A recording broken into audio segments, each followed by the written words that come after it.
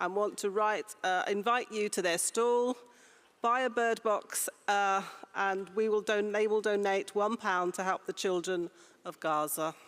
And that's from Phil Davis. And then the other is just a plug for this lovely book, Uprising. It's the GMB Union's Experience of Race and Class, written by Ty and John Callow.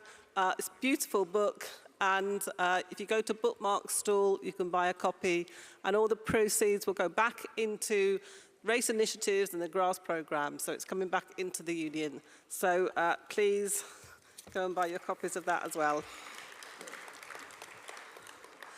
And I understand the SOC have another report, so Karen, please move the SOC report number 4.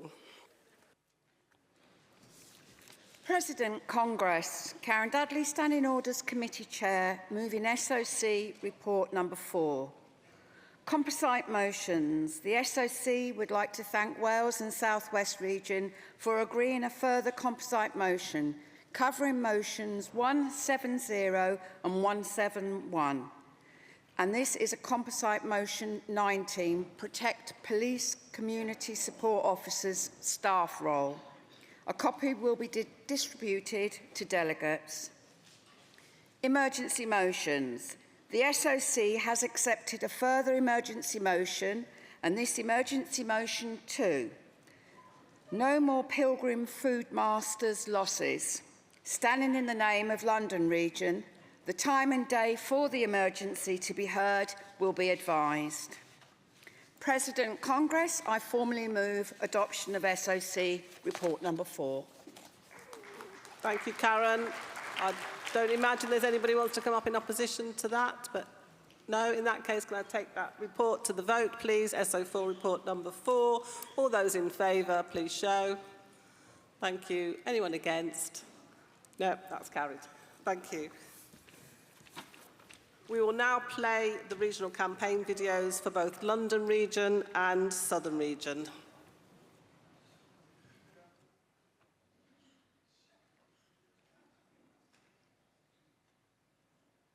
What do we want? Are you tired? Are you tired? No! Are you tired? Are you tired? What do we want?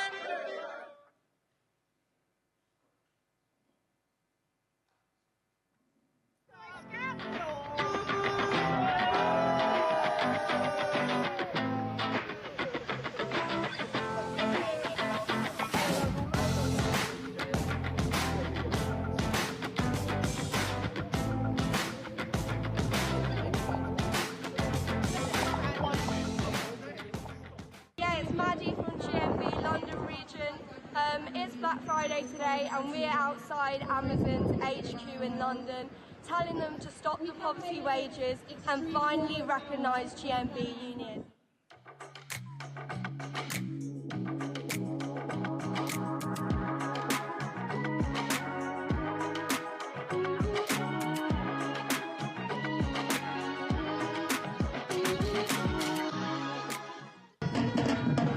Tell us what you're doing here in Attenborough with GMB.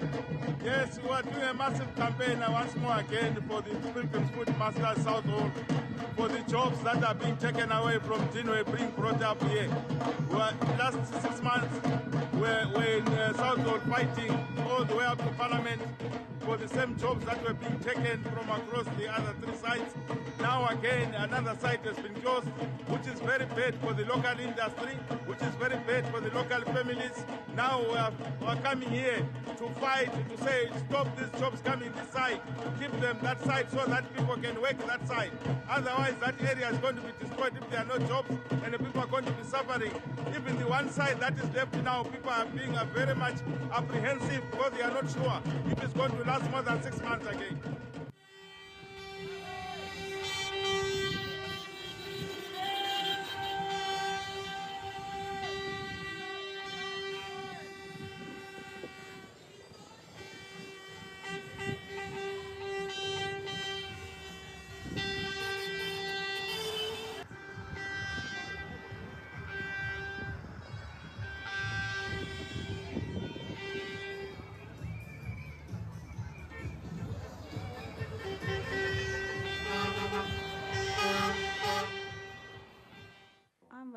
last 12 years.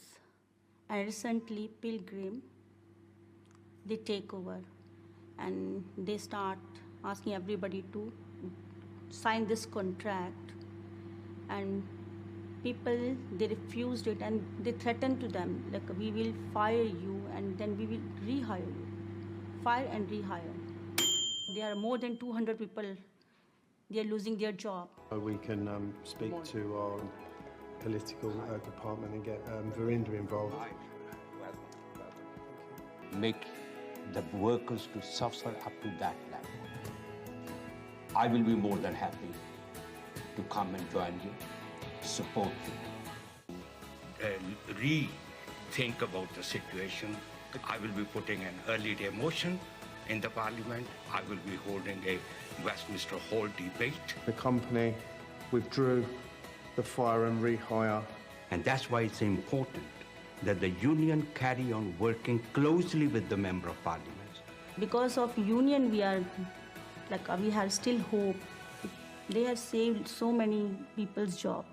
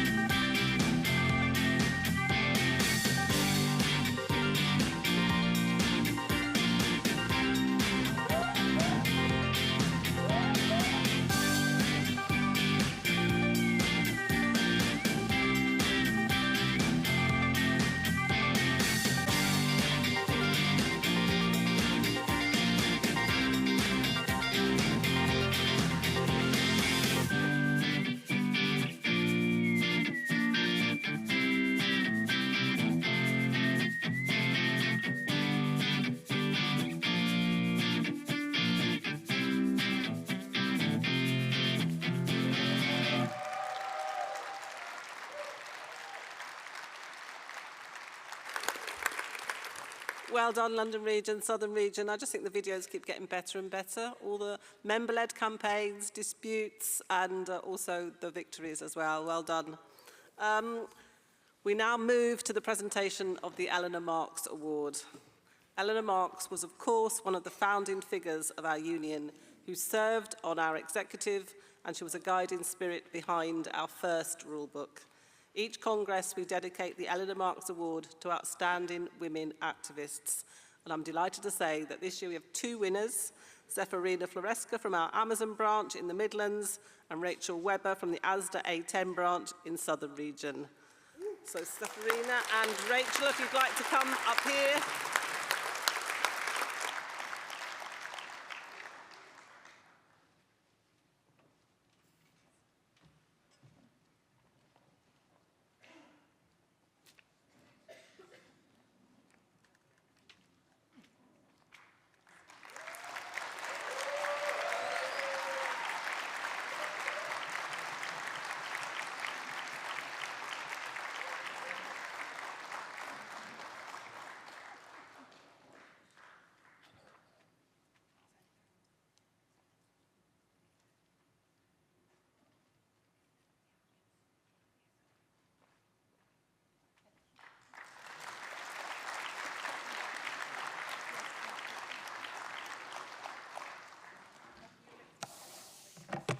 Good afternoon.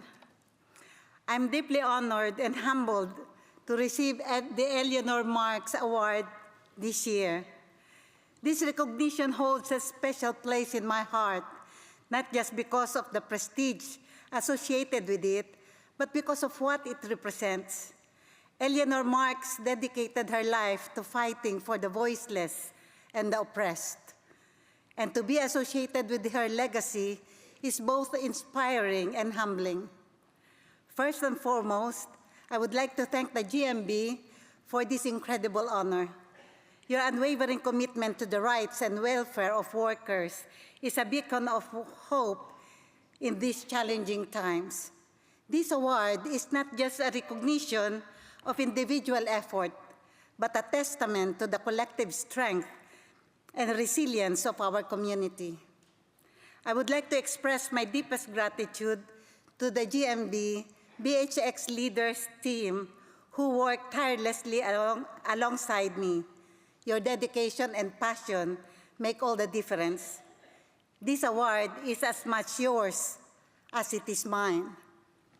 In accepting this award, I'm reminded of the ongoing struggles that workers face every day, from fair wages and safe working conditions to the right to unionize and the fight against discrimination. Our work is far from over. We must remain vigilant and steadfast in our efforts. Let us continue to advocate for policies that protect and uplift workers. Let us fight against injustices that undermine the dignity of labor. And let us build a future where every worker is treated with respect and dignity. Once again, I thank you for this incredible honor. Thank you.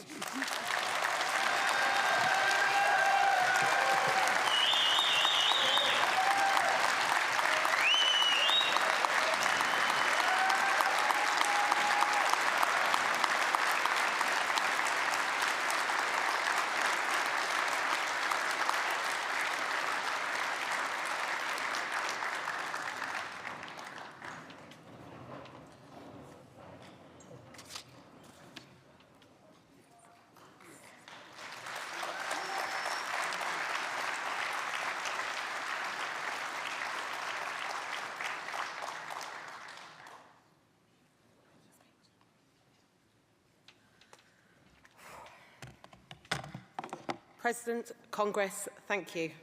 Wow, how do I follow that? If you told me 2 years ago that I would be up on stage giving a speech at Congress, I would have laughed, let alone 2 days in a row. That's so not me, definitely not. I'm truly shocked and honoured to have been selected for this award and to be given such an accolade.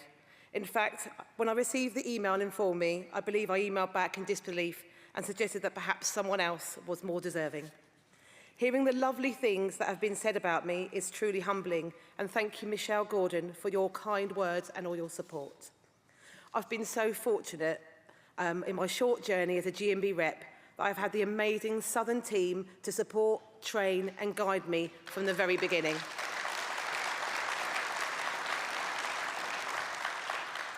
From my very first meeting with my officer, Nicola Nixon, who saw something in me that I couldn't see within myself, and with the support of my branch, the trainers, the reps, and of course my members, I've grown in confidence and determination to continue to fight for better working conditions and to empower others to have a voice. My journey as a GMB rep has been a real adventure, and it's certainly not been without its challenges and a few wobbles. I'm someone who's not always the strongest person to speak up for myself, but this is not just about me, it's about our members and my colleagues, and I would do anything for them. I suppose I should thank my employer, Asda, because without their poor conditions my colleagues have endured,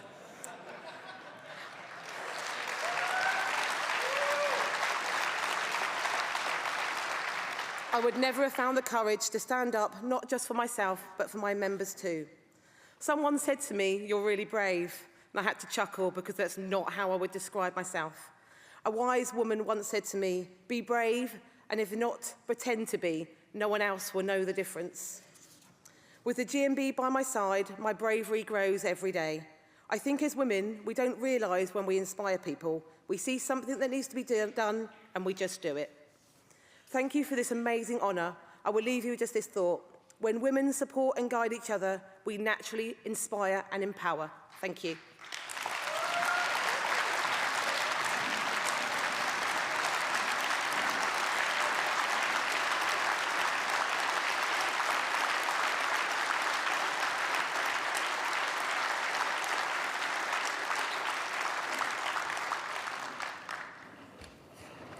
Well done to both of you, worthy winners. And we now move on to the presentation of another award, the Mary MacArthur Health and Safety Rep of the Year Award.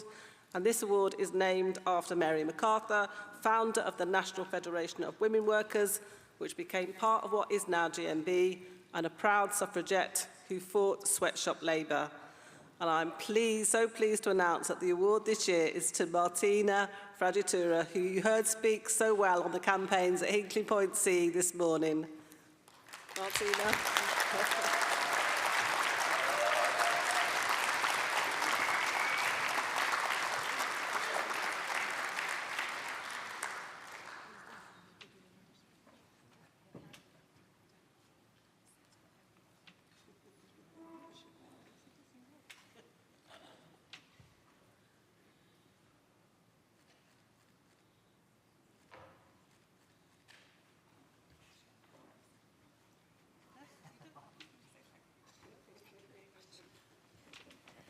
I just very quickly say thank you, as I haven't prepared any amazing speech which we heard before. So thank you very much for all the support, and thank you for the award. I really appreciate it.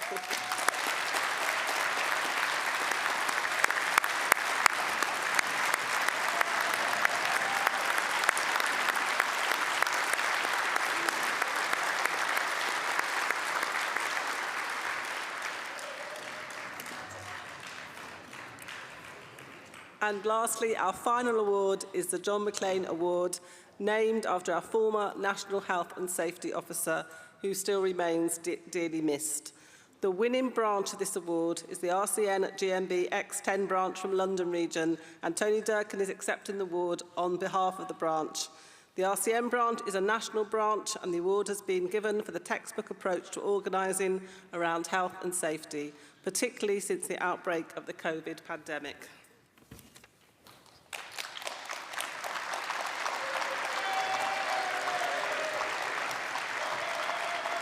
Nice to meet you.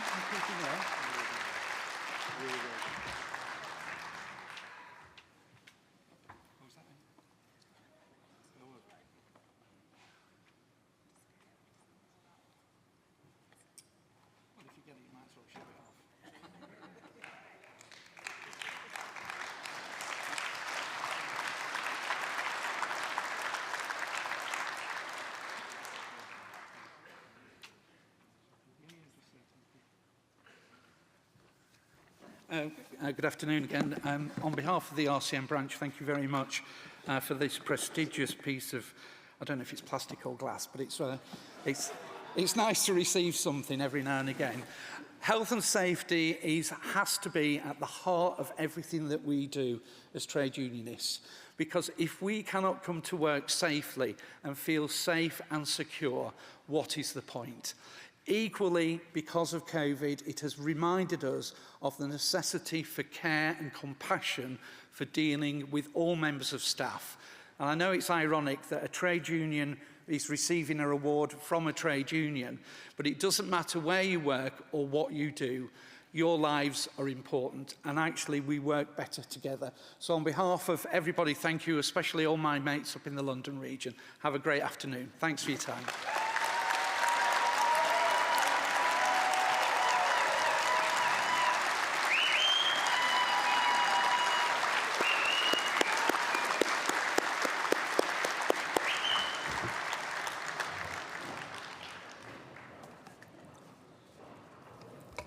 Well done again to all those winners. We now move on to the CEC Rule Amendment 1, which will be moved by Malcolm. Thank you, President. Conference. Malcolm Sage, National Vice President, moving the CEC Rule Amendment 1 to Rule A3.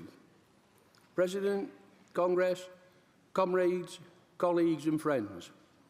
There are some motions that deal with big ideas and the ideals that shape our great union. Others that enable our work are purely practical, yet they are no less important, as they enable our work and enhance our union democracy. This is the case with this CEC rule amendment.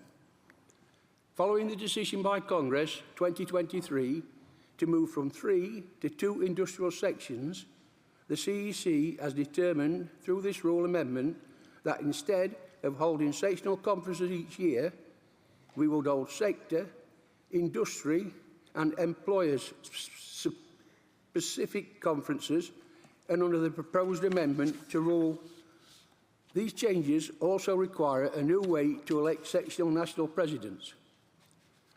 The proposed amendment to Rule A3.2 provides for sectional national presidents to be elected by and from the members of the Section National Committee at their first meeting following the new CEC take-up office.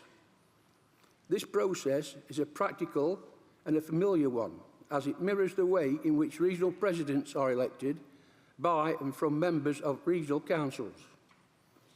Following consultation with lay members, Rulebook Review Group, in the case of the private section, joint sectional national presidents will be elected by and from the private sectional national committee members.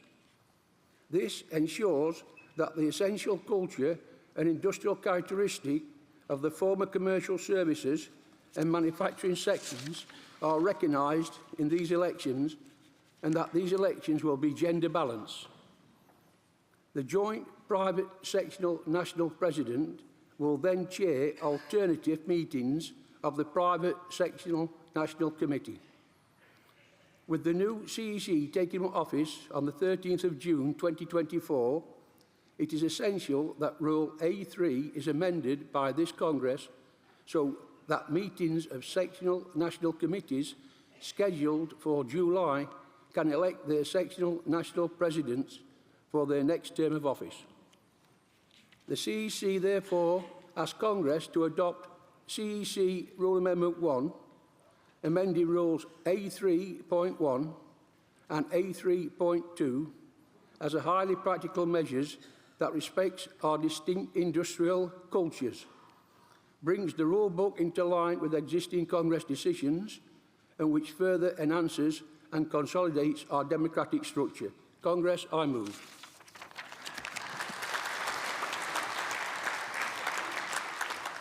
Thank you, Malcolm. Can I ask somebody from the CEC to formally second that, please? Thank you, Kevin. So I'll put that CEC Rule Amendment 1 to the vote. All those in favour, please show. Thank you. Anyone against? That rule amendment is carried. Thank you. We now move on to the CEC report Europe. On the debate on the CEC's report on Europe, and I hope you've had a chance to read it. Once the report has been moved, again, I will call each region to speak. This is a chance to speak for or against the report on behalf of your delegation. Can I please ask Margaret Gregg and Gary Harris to move and second the statement on behalf of the CEC? Thank you. Okay. President, Congress, Margaret Gregg, moving the special report on Europe on behalf of the CEC. It's hard to believe that almost a decade has passed since the referendum. The CEC knows that Brexit continues to divide opinion in our union as it does in the country. But we, as a union, have never shied away from controversial questions. And the first opportunity to review the UK's agreement with the EU is fast approaching. So we must have a position.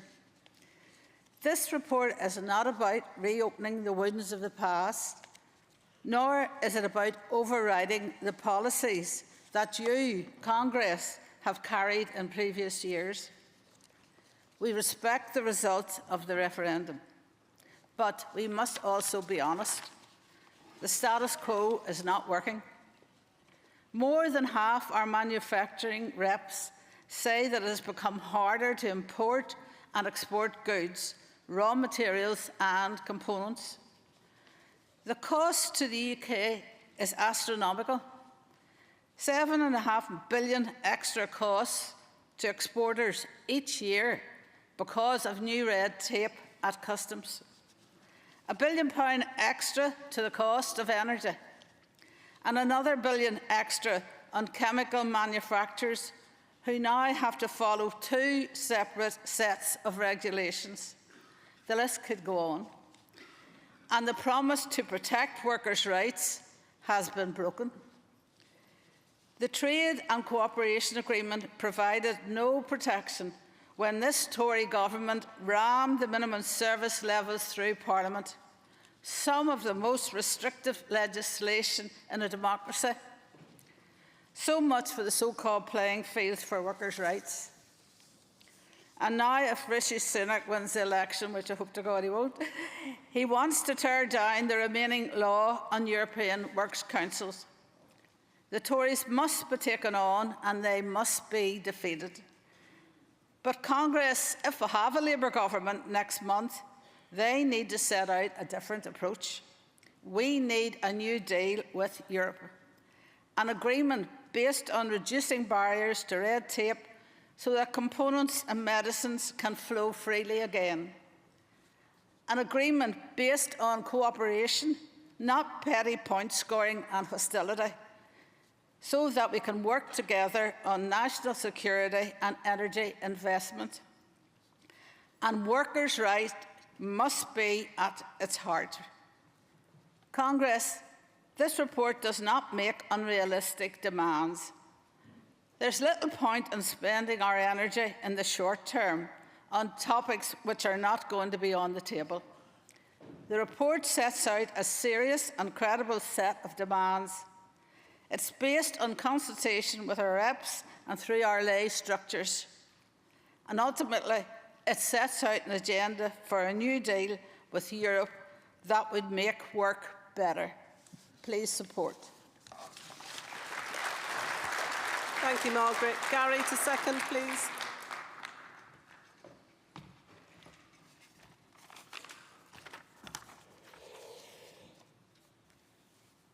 President, Congress, Gary Harris seconding the report on behalf of the CEC.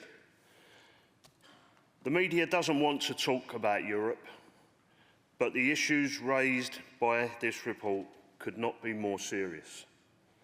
Time and again, the Tories have shown themselves ready to risk the fragile peace in Northern Ireland. Their threat to leave the Europe Convention on Human Rights undermines the foundations of Good Friday Agreement and the political instability triggered by the Northern Ireland Protocol Bill shut down the Assembly, inflicting sharp, real terms pay cuts on our members in public services.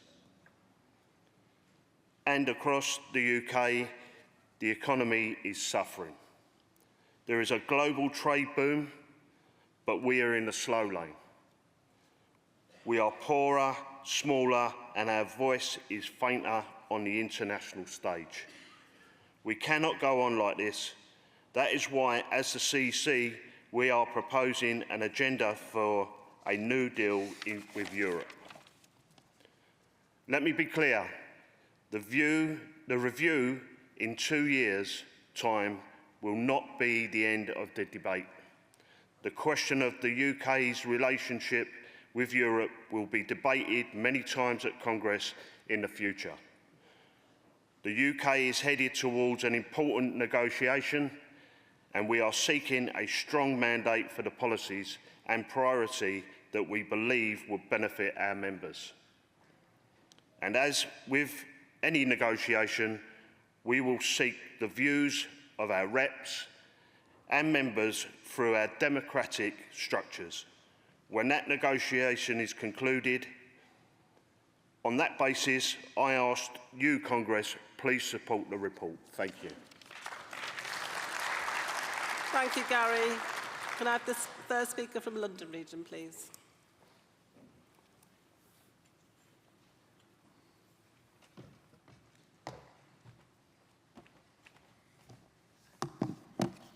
President, Congress, Dave Levy, London Region, speaking on the special report on a new deal with Europe. GMB London Region supports the CEC's negotiating objectives outlined in the special report. And although we do not want to reopen any old wounds or step on existing policy, our members across all sectors are adamant the status quo just isn't working for working people. The Tories' rushed exit from Europe has failed British industry and sparked renewed attacks on workers' rights. The 2026 review offers the first opportunity to address the failings of the Tories' exit plan and secure a level playing field to protect jobs, rebuild the economy and defend and advance workers' rights. It's critical that the GMB is in a position to influence the priorities for such a renegotiation so that the renewed trade and cooperation agreement works for our members, and thus we support the report's negotiating objectives. We need to ensure the UK does not fall behind Europe on equality standards. We need to ensure the UK does not fall behind Europe on workers' protection standards. We need to ensure the UK is not taken out of the European Convention on Human Rights. We welcome the proposal to support a new youth mobility scheme with the EU offering reciprocal access to work and higher education. We note the statements by the report and survey respondents that it's harder to recruit and harder to work in Europe, even on secondment, and welcome steps to reduce these barriers. And we need more regulatory cooperation in key sectors. Of particular interest in those listed in the report is improved cooperation in the energy markets. Our energy workers branch has about 2,500 members strong, and the need to repair the markets will benefit both workers and consumers. We also welcome the recognition of the damage done to the third sector by our exclusion from the European Social Fund. After years of political posturing and the clear movement in opinion, it's time for grown-ups to enter the room and begin to undo the slow economic damage caused by the Tories' ideological rush to get out of the door. It's time to reset the relationship with Europe to one that is built on the strong recognition of workers' rights and cooperation. We share the motion's position, and we urgently need both a change of government and a new deal with Europe to make work better. We're committed to work tirelessly for both. Thank you, Dave. Midlands. Speaker. Thank you very much. Speaker from North East Yorkshire and Humber. North East Yorkshire and Humber. Formally, thank you. North Western Irish region.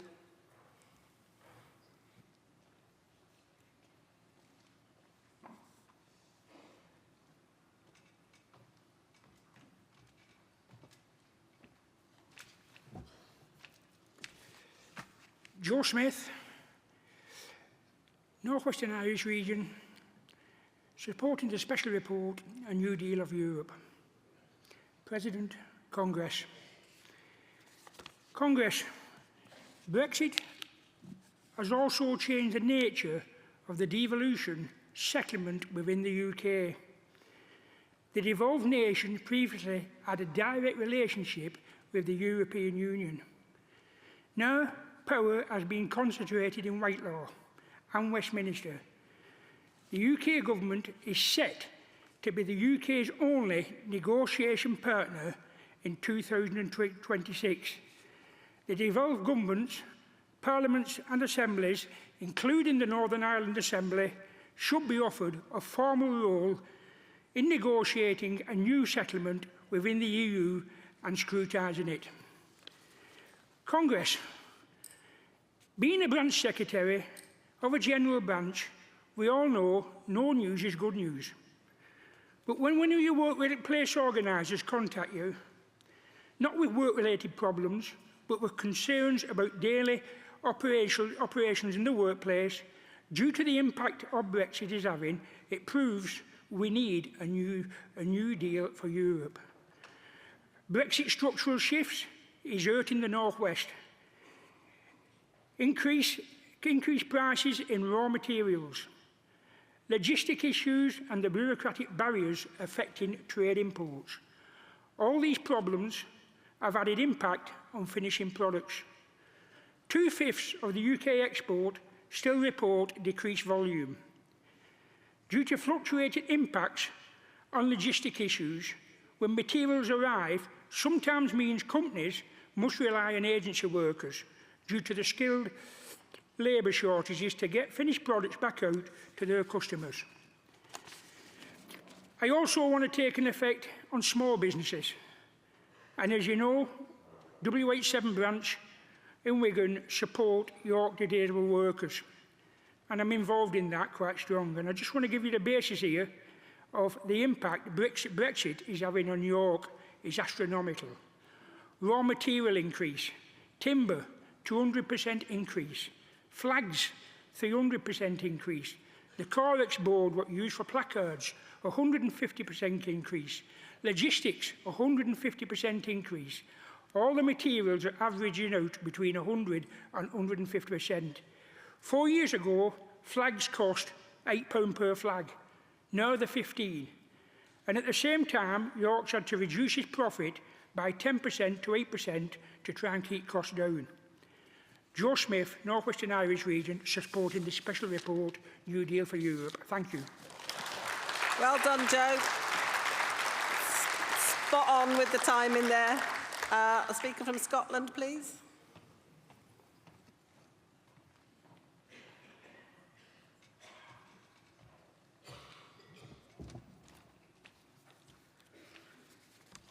President, Congress, Roddy Mackenzie, GMB Scotland, first time speaker.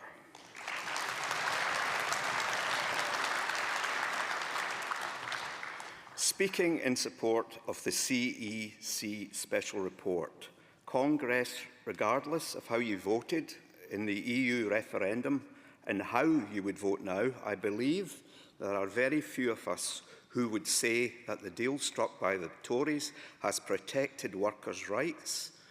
Boris Johnson's deal was one which was signed in a hurry. Before the ink had even dried on the deal, the Tories began building a bonfire, on which they burned right after right. The result of this has been the decay of working and living standards across our economy.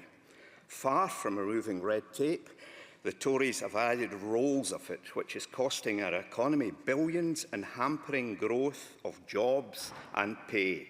It is unclear exactly what the Tories have to show for agreement other than the decline of our economy and jobs. An UK-EU deal could look 1,000,000 times better. Our relationship with the EU looks like depends on what the UK government of the day chooses to prioritise and what they are willing to concede. As a trade unionist, we know how bargaining and negotiations work, and we know that we can always renegotiate, as we do with employers each year. Reviewing the deal is not a betrayal to democracy. It's in fact baked into the agreement the UK government negotiated. Like Norway renegotiated, our relationship with our closest partners will become commonplace and a key future in election campaigns. Especially welcome in the special report is the recognition of the devolved governments in negotiations and carving out a clear role for them in talks. The EU referendum produced a very clear divide between our four nations. This issue matters to voters. Congress, please support this special report. Thank you. Well done, Roderick. Thank you. Speaker from Southern Region.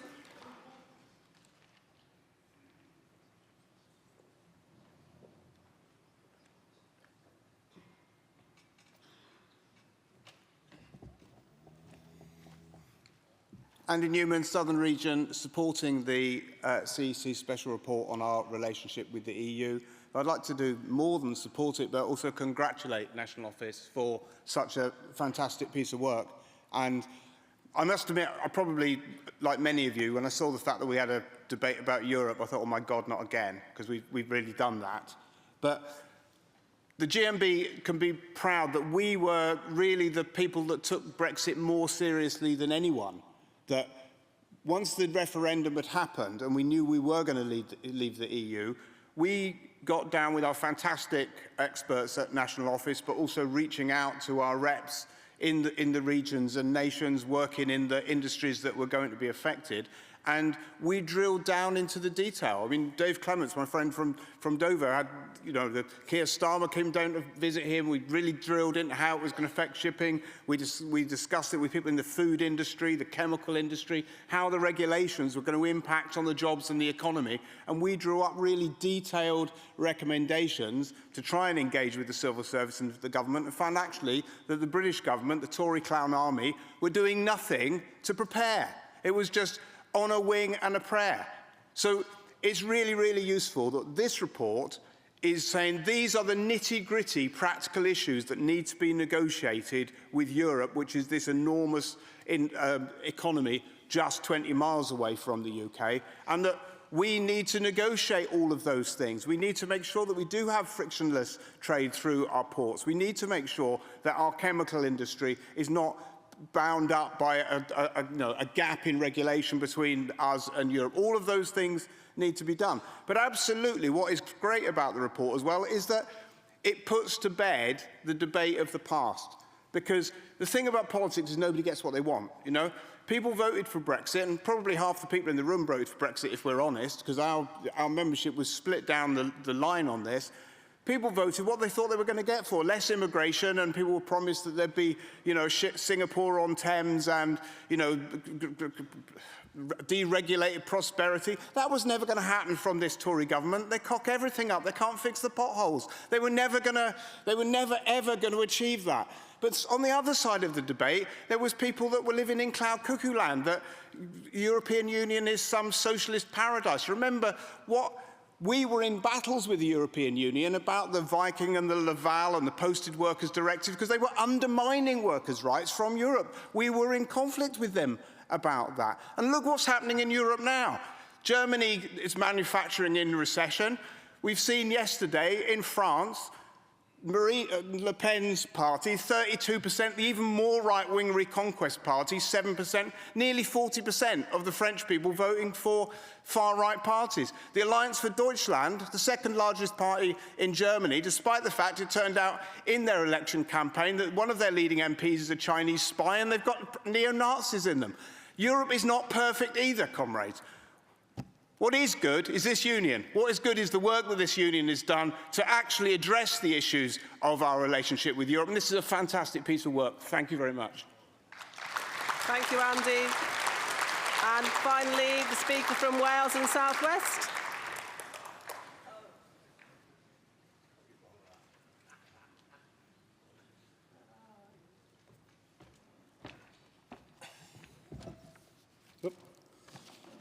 How do you follow that?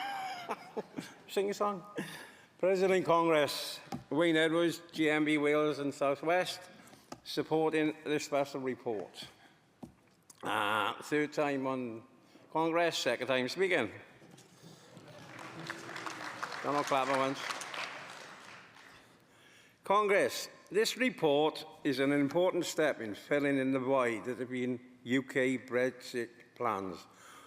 We think this is a foundation stone for GMB in setting out the future for working people.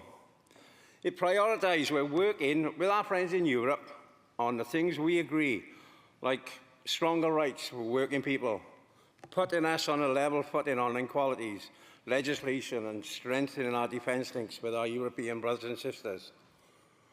It also sets out to protect our positions in bargaining with large European companies, protecting our status on workers' councils and in pan-European negotiations. And for us, it's important. The aligning of the CBAM will strengthen British and European steelmaking against global competitive forces outside the COP agreements, with poor carbon standards and even worse labour laws. The last thing we need to divergence from our European neighbours is a race to the bottom competing on diverging standards.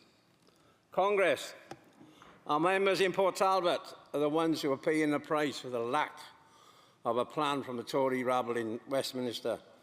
And we need to talk to the next Labour government on how are we going to build a steel-making industry fit for the future. Thank you. CAM is an important part of this. Congress.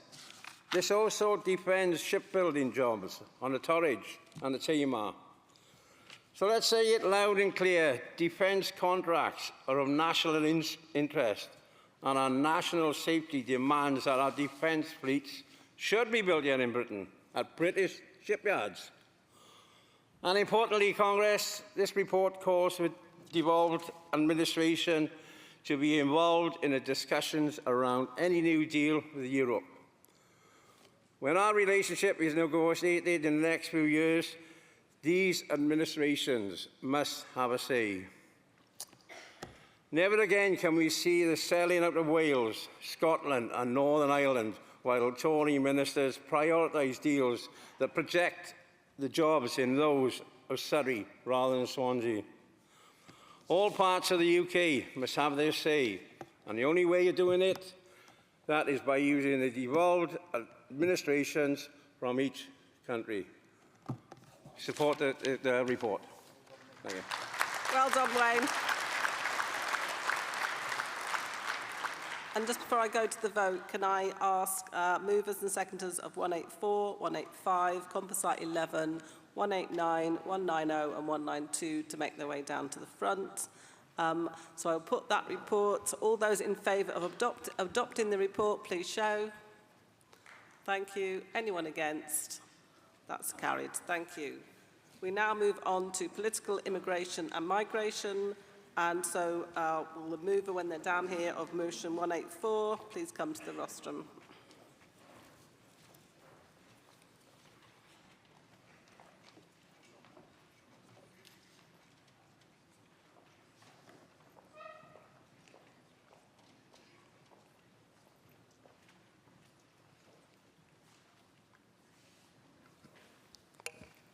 We got mover of motion 184.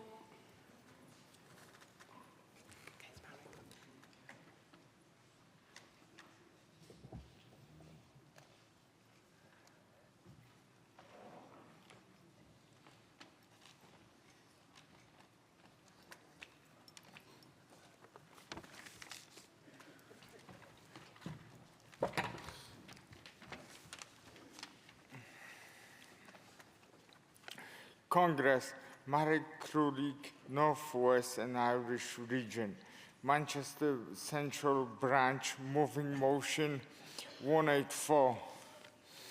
The government has disgracefully record when declaring with refugees.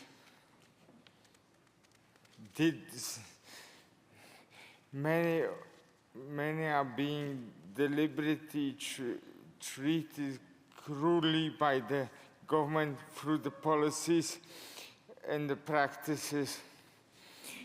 A government that willingly tells lies and distorts the truth in order to protect that it cares.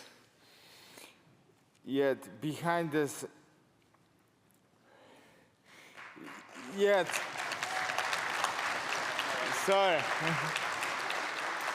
Yet behind the sense, the treating individuals that and the families awful way.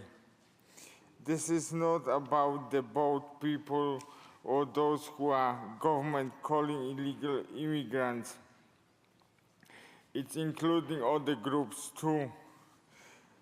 A government willingly withdraw from European Court of Human Rights just so that currently it continue despite whispered discourse from community, faith and trade unions against the mad, highly expensive Rwanda scheme. Even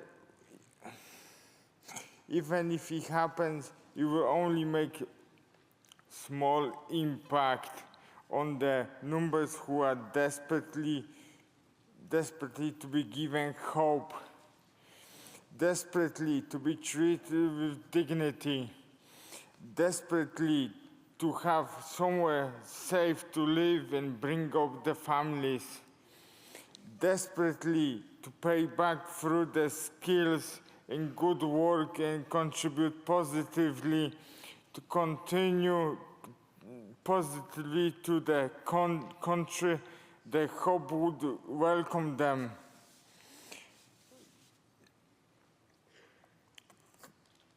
Thousands removed from waiting lists, making the figures look good, more lies in deceit. Congress, we have a chance to stop the lies and the madness and the cruelty. In July, let's make positive. In July, let's make those responsible pack the bags. We say, get out of number 10.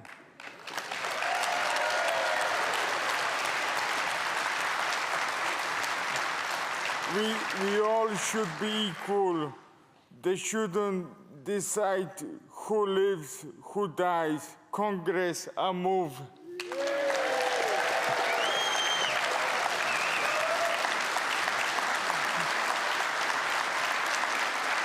Thank you.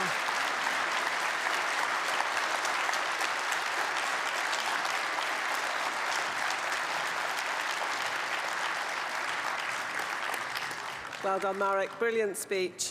Seconder for that motion, please. President Congress, Tom Williams, North Western Irish Region, seconding motion 184. In my work, I meet with many families seeking asylums, most weeks in fact. Almost all of them have horrific stories to tell. Some came to our city, Manchester, escaping war, others political repression, and some because they are at risk in their home countries because they are LGBT+. Most are desperate to work. Many are unable to get the healthcare support they need, especially for their mental health. And almost all of them have been stuck in a broken and uncaring system, some for many years. But even when people finally receive a decision, including when they cleared the backlog, they're treated appallingly.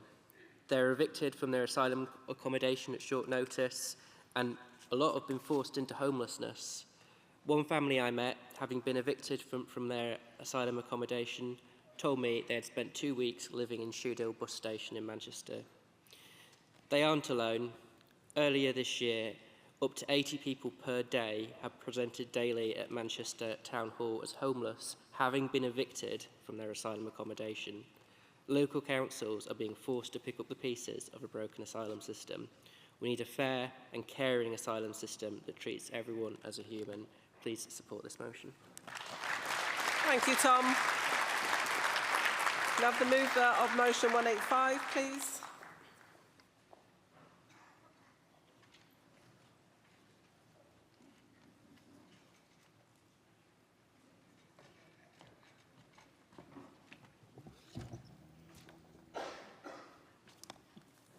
Thank you. President, Congress, Kirsty Reichley, Scotland Region, moving motion 185, LGBT+ refugees in Rwanda. Rwanda signed a UN statement condemning violence against LGBT people. The UK government wants us to believe that Rwanda is a progressive country. The UK government thinks that sending LGBT+ refugees to Rwanda is morally acceptable. Why?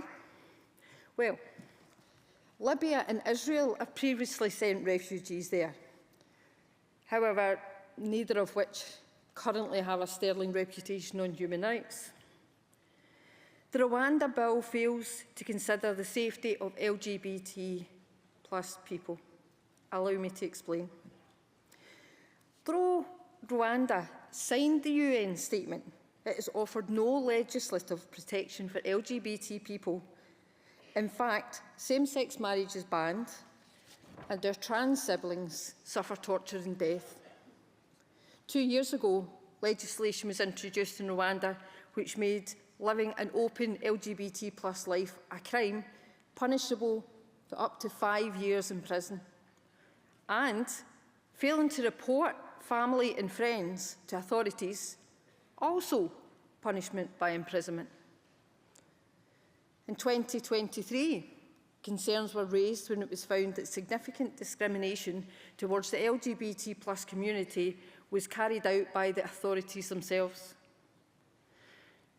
Congress, the Tory government and their right-wing support are hell-bent on turning around refugees that believed the UK would be a haven for them.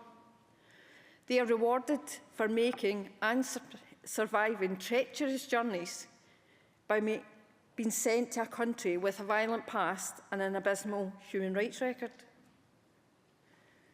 In 2022, the UK government warned UK LGBT+ people against visiting Rwanda due to the ill treatment. The Tory government themselves, when assessing Rwanda, proved how dangerous the country is. So to send any LGBT+ person there would be morally reprehensible. We call upon Congress to fight for the human rights of refugees, to condemn the bill and reaffirm our support for the LGBT+ community. Congress, this is why Pride should always be a protest. Congress, I move. Thank you. Thank you. And seconder?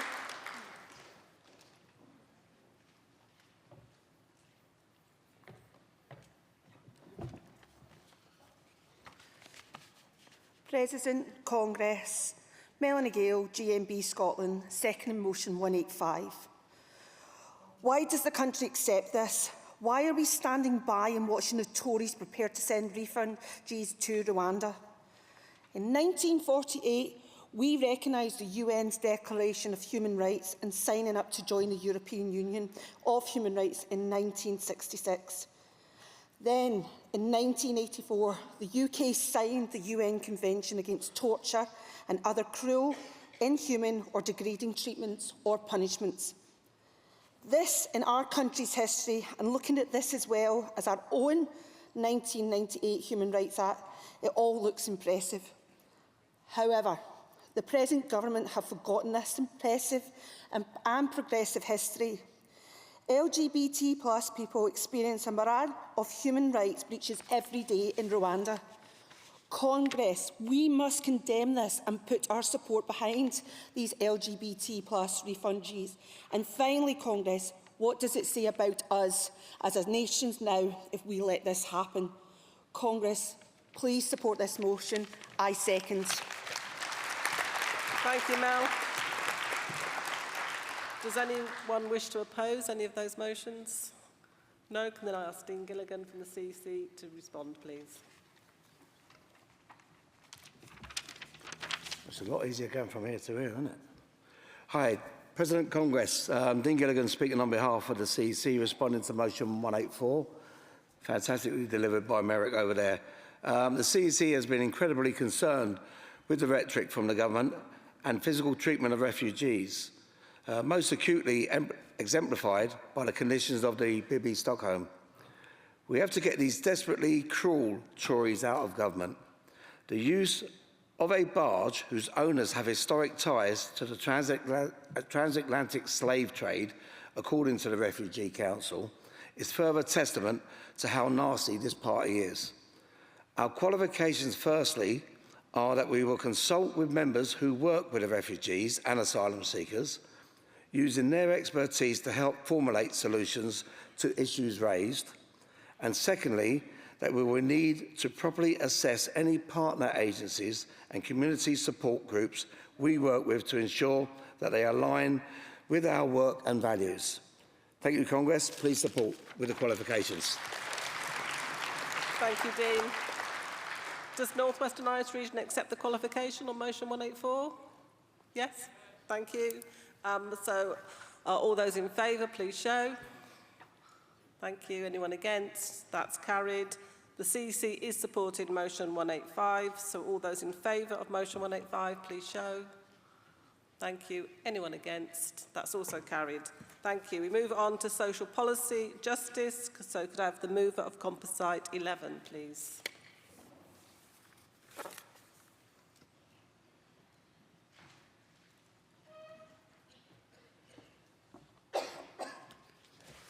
Mark Bowler, Wales and South West, moving Composite 11, Justice for Sub-Postmasters, GMB support for Mr Bates and the Sub-Postmasters Alliance. Congress, we've been concerned that a trusted institution such as the Post Office held such power and control without any real accountability. This led to a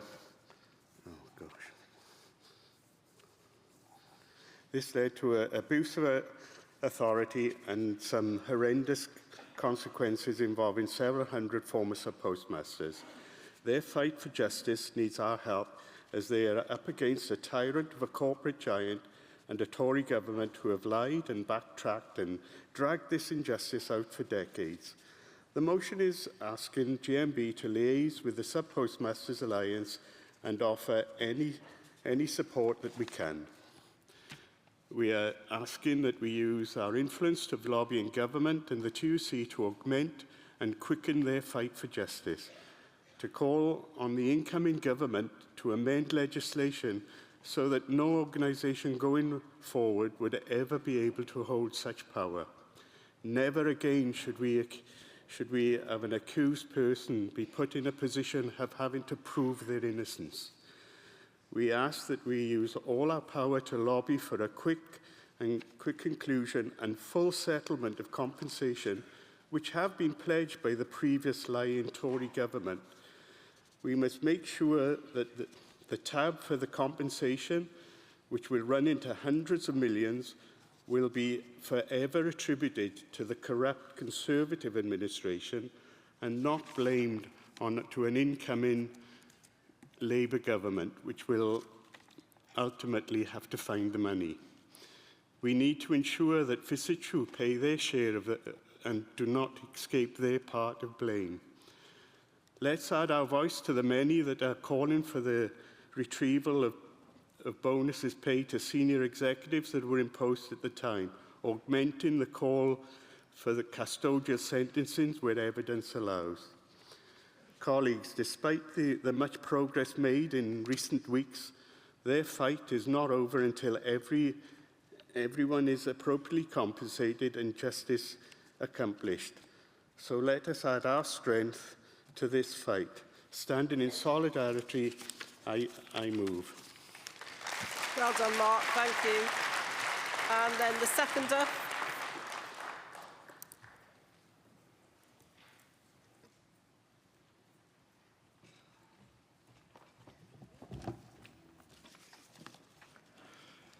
Les Timby, North East Yorkshire and Humber region, second in Composite 11, Justice for Sub-Postmasters. Congress, President, while this might be one of the shortest of all the motions we are discussing this week, I'm sure we would all agree that this is one that has affected so many of us. This is the biggest miscarriage of justice ever in this country. The gross injustice of the Horizon scandal is nothing short of appalling. Individuals and families have been left devastated. Misinformation and frankly lies have been said by some of the most influential figures in British society. And after years and years for fighting for justice, it took an ITV drama to finally get the political class to step up and take notice. However,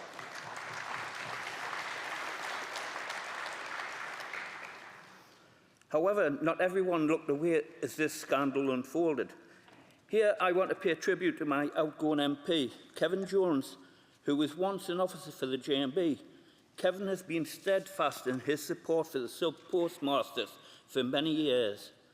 I'd like to thank him for standing by his principles and fighting for justice for these hard-working men and women for many years. I can only hope his successor will do the same. And for the record, I thank Kevin for all he has done for the sub-postmasters and their families. Meanwhile, we have the likes of Paula Venables with her CBE and her huge payout. Many people were grateful for the calling of a general election, but no one more than dear Paula, who managed to avoid all the media scrutiny she deserved as she stood to give evidence to Parliament.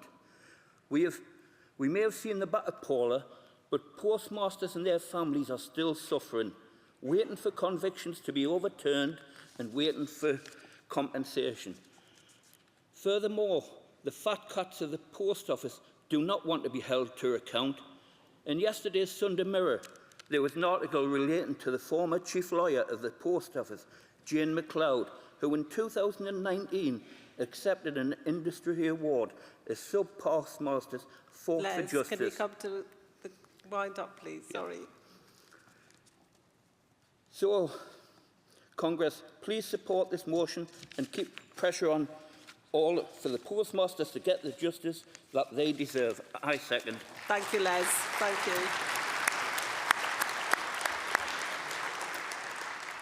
Can I have move of motion 189, please?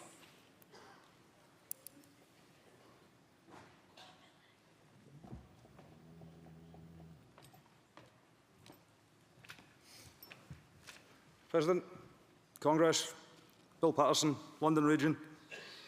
Speaking, I move motion 189 on abortion rights. Congress, on the 15th of May, 2 young people appeared in a British court charged with illegally aborting a fetus.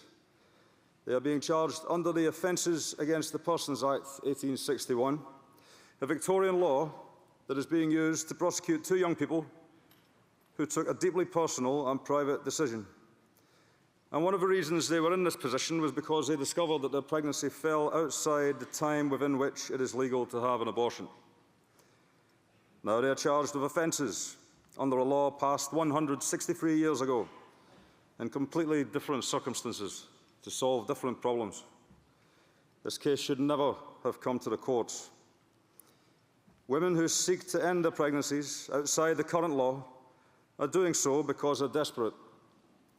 Many of them are in desperate situations in which the correct response of a humane society is care and compassion. Instead, they face a traumatic trial and life imprisonment. England and Wales has amongst the most severe punishments for an illegal abortion in the world. These outdated laws are more severe than those in Texas, where the same offence carries a short sentence or a fine. And indeed, our laws are more severe than in numerous countries not so widely appreciated for their democratic traditions as ours. Just across the Irish Sea, on both sides of the border, women are not criminalised for illegal abortions. Women are not criminalised in France, nor are they criminalised in 50 other countries worldwide. But in England and Wales, our laws enable us to put women who have been through a traumatic personal experience in prison for life. It would be bad enough if the case of these 2 young people were an exception to the rule, but it isn't.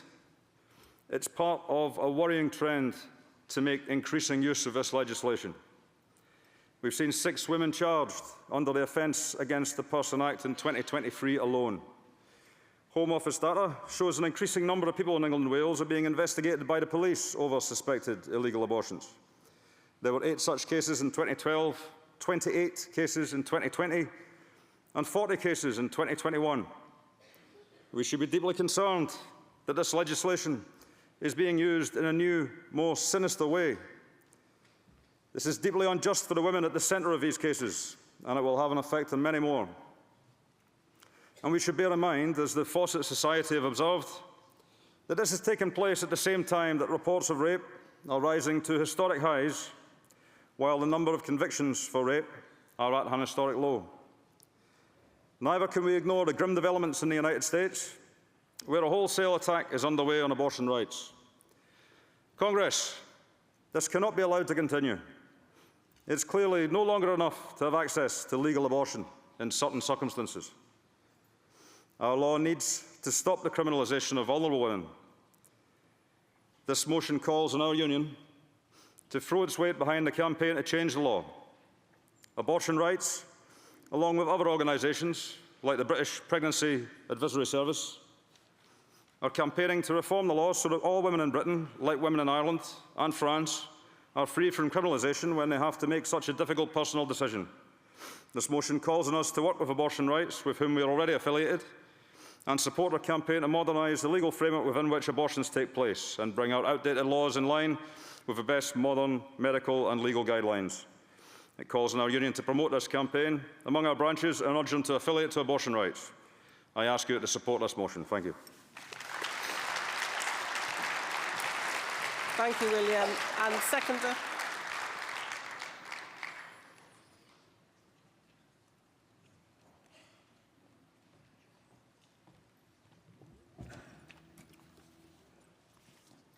President, Congress, Taranjit Chana, London Region, seconding motion 189, abortion rights. Congress, the archaic 1861 law on abortion must urgently be reformed and overhauled. Abortion is healthcare and should not be criminalised. We must not be prosecuted. We must have access to safe procedures and recognise our vulnerabilities with compassion and not condemnation. The impact of increased police investigation and state surveillance is detrimental to all women and girls. This is confirmed by the World Health Organization, who says that criminalising abortion has a negative impact on women's health and their human rights. Congress, safe, legal, free and accessible abortion is a healthcare right.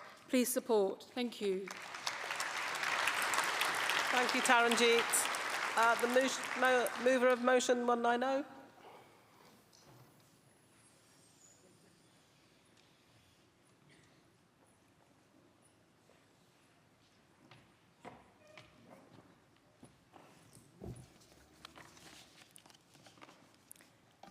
President, Congress.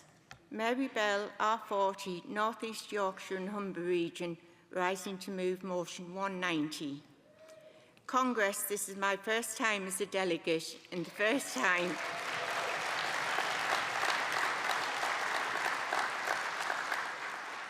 time speaking to an audience such as this, so please do bear with me. It is my most fervent hope that on July the 4th we will say goodbye to this dreadful Tory government and their plan to bring in the truly horrendous criminal justice bill. But just in case every poll is wrong, I think it is so important that we as GMB say clearly that we won't stand by and let this bill become law. I am so passionate about this issue, not only because I believe in treating everyone with dignity and respect, but also because I have personal family experience of homelessness, why it too often happens, and how it impacts on families and communities. The Criminal Justice Bill seeks to criminalise homelessness. Can you imagine such a policy? A policy that targets people who have nowhere to live, often no job, and then we arrest them for being homeless, fine them and then throw them into prison when they can't pay the fine. Homelessness is a very complex issue. So many things contribute towards it.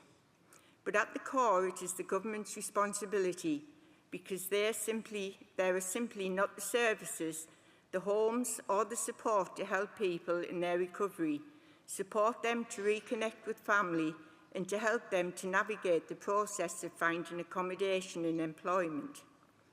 This is all part of a wider issue due to the chronic lack of funding for the NHS, services within our communities being cut back, which all goes towards these people not just slipping through the net, but literally being thrown through it by a government that does not care. We cannot stand by and wash our hands of these vulnerable people. I have personally done training to support drug users and the homeless. I've worked directly with these individuals. They do not need dragging up in front of a magistrate or out of a doorway or off a bench. They need compassionate intervention. Honestly, I do not think any decent human being has really thought this through. How can anyone with a heart think about doing this, let alone adding it to the statute books as law? As someone who has acted as an appropriate adult for young people because they didn't have the support of anyone who cared, I know exactly how hard it is to break this cycle.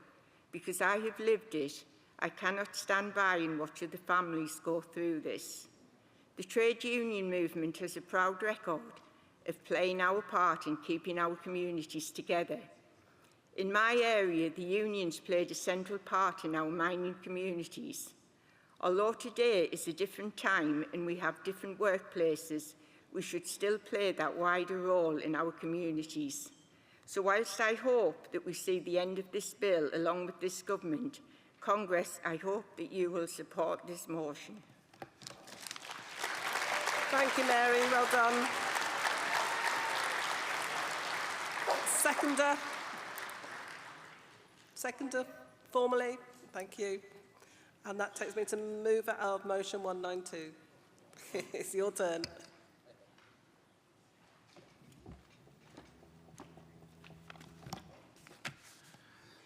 Paul Richards, North Western Irish Region, move motion 192, Hillsborough Law now. Congress, President. I stand here today to urge this Congress to support the Hillsborough Law Now campaign. This campaign is not just about justice for the victims of the Hillsborough tragedy, it's also about justice for all those who have suffered from injustices. Hillsborough Law Now seeks to enshrine in law the rights of the families who lost loved ones in the Hillsborough and Grenfell Tower disasters, the victims of the blood contamination scandal in the 1970s and 80s, those who have lost friends and family due to the mishandling of the COVID-19 pandemic, nuclear test veterans and countless others who have been victims of injustice. This law is hugely important to the North Western Irish region, but its impact will be felt across the country. If passed, this law will provide bereaved families with better access to money for legal representation at inquests, creating a level playing field in their pursuit of justice. Hillsborough Law Now will also put in place a duty of candour on all police officers and public officials. It will adopt a charter for families bereaved through public tragedy, which will be binding on all public bodies. Also require that evidence and findings of major inquests to be fully taken into account at upcoming criminal trials. Finally, it will make a requirement for criminal trials following a major inquest to take place in a court with relevant expertise and status, rather than a Crown Court. Therefore, I urge Congress to support this motion, and I call upon the GMB to 1. Pledge financial support to the Hillsborough Law Now campaign. 2. Promote and encourage all staff and activists and members to take part in any campaign events, demonstrations, etc. And 3. Invite members of the campaign to speak at the GMB regional and national meetings. So let's stand in pursuit of justice for all those whose the system has wronged. Congress, I move. Well done, Paul.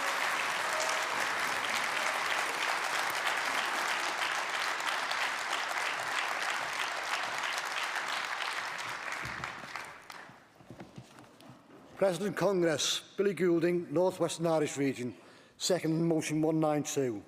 Congress, the previous speaker, Paul, has explained why the Hillsborough Law is so vital.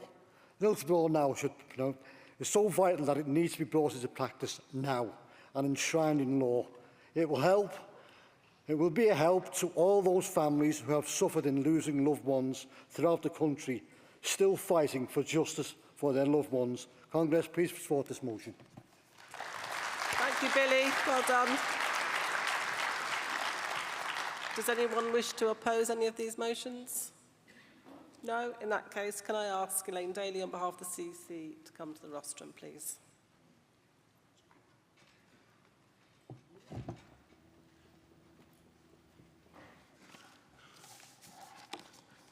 President, Congress, Elaine Daly responding on behalf of the CC to motions 189, 190 and 192. The CC is supporting all these motions with qualifications. On motion 189, GMB has strong existing policy on access to pregnancy termination, including affiliation to abortion rights. This motion goes further to call for the removal of pregnancy termination from criminal law. We support this call. Our small qualification is that as the law differs in Ireland, Northern Ireland and Scotland, GMB regions would be best placed to take action. On motion 190, the measures in the Criminal Justice Bill to effectively criminalise rough sleeping are cruel and should be robustly opposed. The bill is wide-ranging and includes stronger action to tackle a number of serious crimes. It also includes a duty of care for police officers in line with recommendations following the Hillsborough disaster. Therefore, our qualification is that Congress states its opposition to the specific measures around homelessness in the bill, not the bill in its entirety. GMB is committed to continuing the fight for justice for those who died at Hillsborough. The abhorrent way in which families and communities have been treated must never happen again. On motion 192, the CEC's small qualification is that the call for financial support for the Hillsborough Law Now campaign needs to be considered by the CEC's Finance and General Purposes Committee. This is in line with long-standing practice.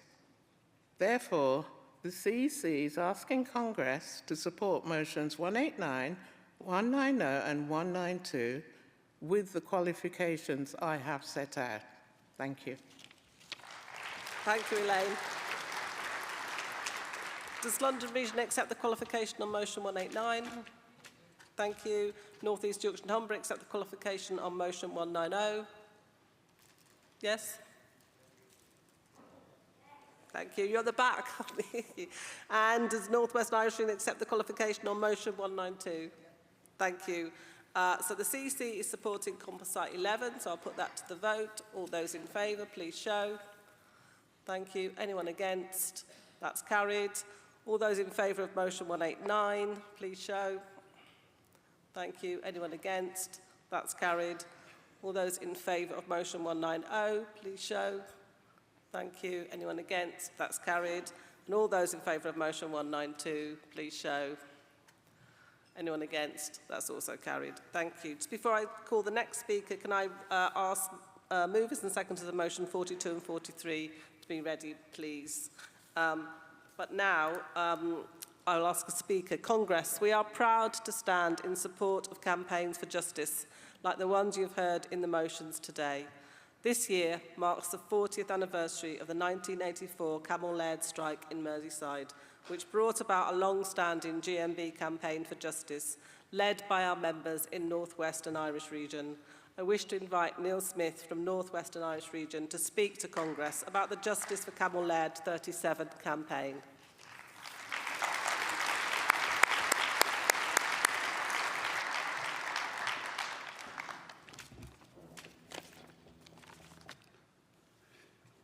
President, Congress, Neil Smith, Political Officer for the North Western Irish Region. I'm very proud to be that. I've come to speak to you today about an issue very important, not to just GMB Congress over the years, but also to our region. Our region is proud to fight campaigns for justice, as the President has just stated. Justice for our members at work, but also for our members attacked for defending their right to work, to be who they are, and to be treated with dignity and respect by those with power and accountability.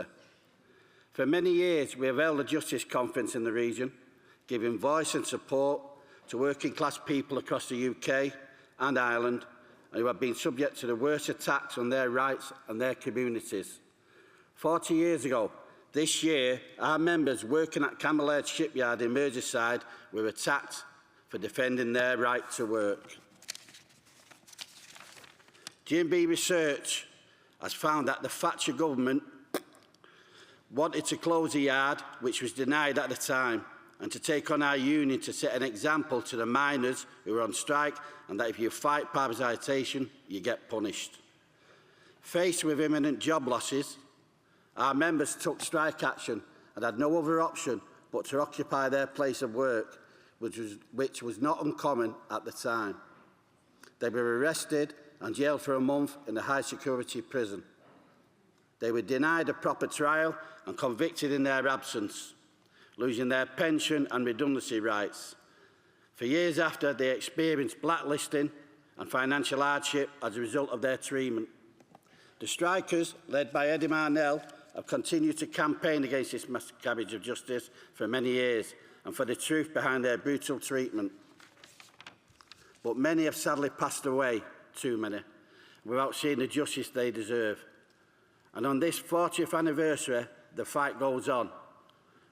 We want to pay tribute to the strikers, and in particular to Eddie Marnell, who sadly couldn't be here this year at Congress.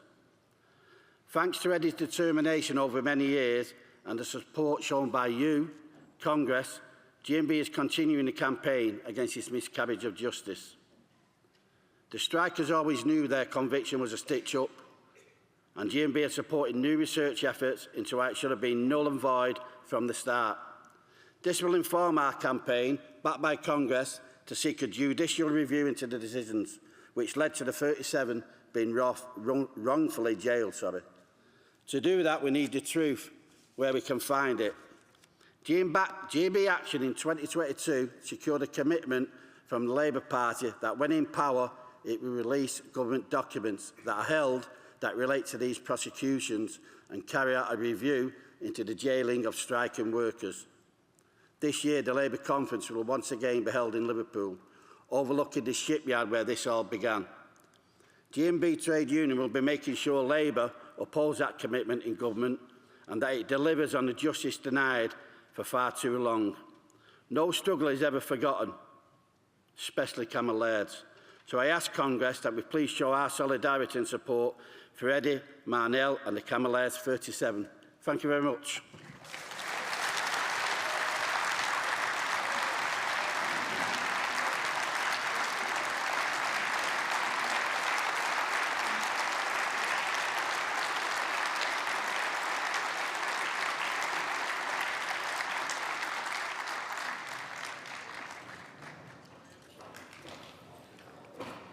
Thank you, Neil, for speaking on that. And as you said, it may be 40 years, but the fight goes on.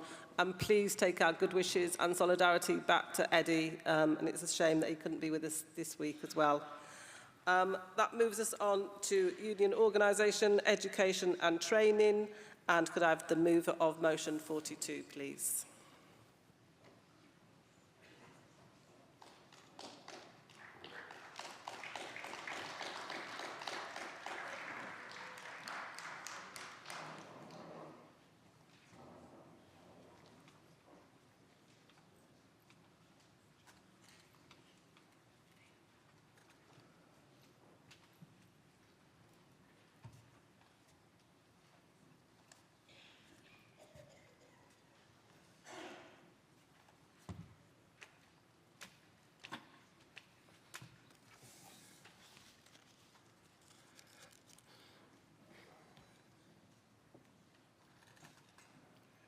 Ready?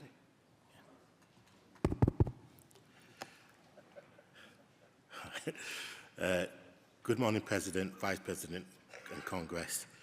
Ashim Equiano, North East, Yorkshire and Humber region.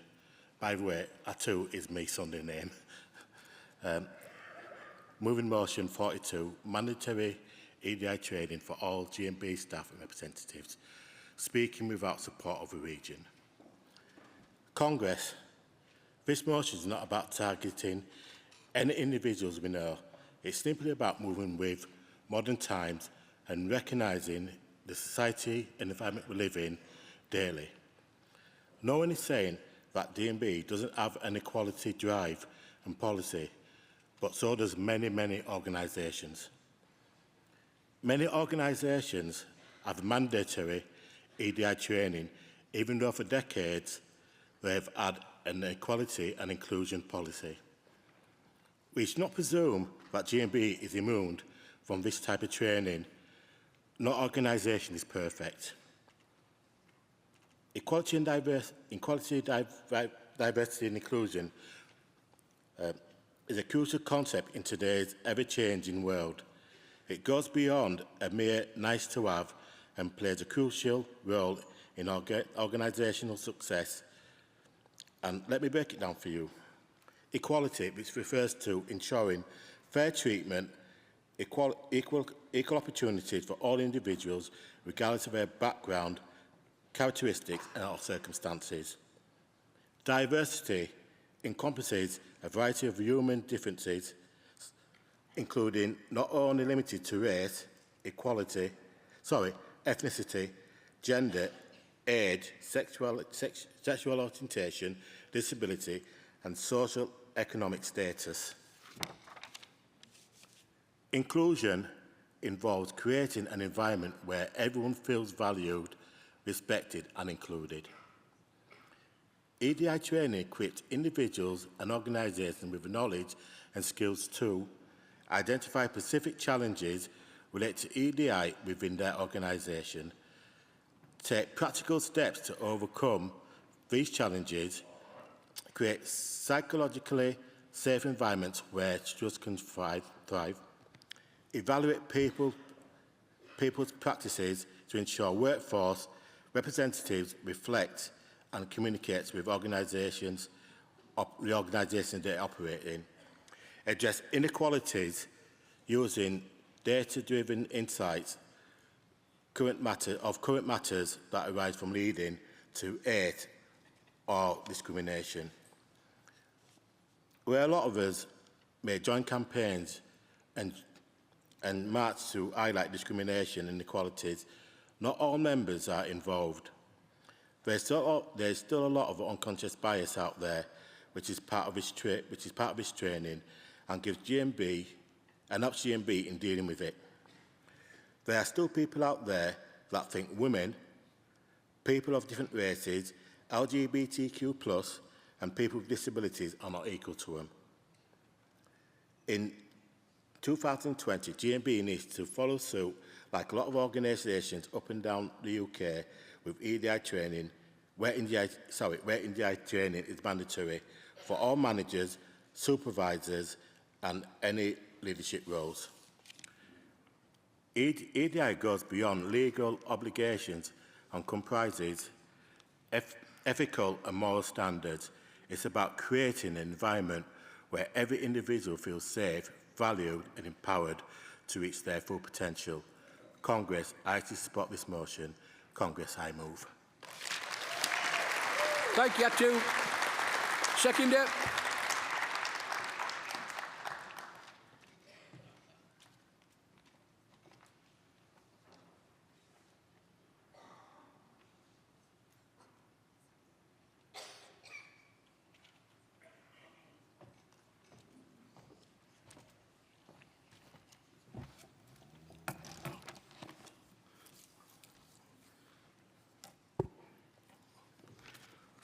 Good afternoon, everyone. Good afternoon, Congress. Good afternoon, Presidents. My name is Aliki Anderson. I'm speaking on, I'm second in NEYH region. Start. Yesterday, we heard from our national president, Barbara Plant, during her speech, mention the racist and vile video that was revealed, the continuous existence of racism in our union.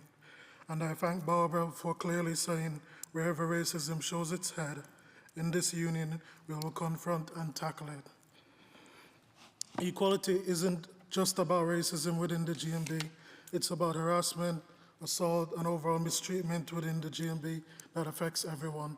So not only the victims and perpetrators, also their families and people who witness it as well.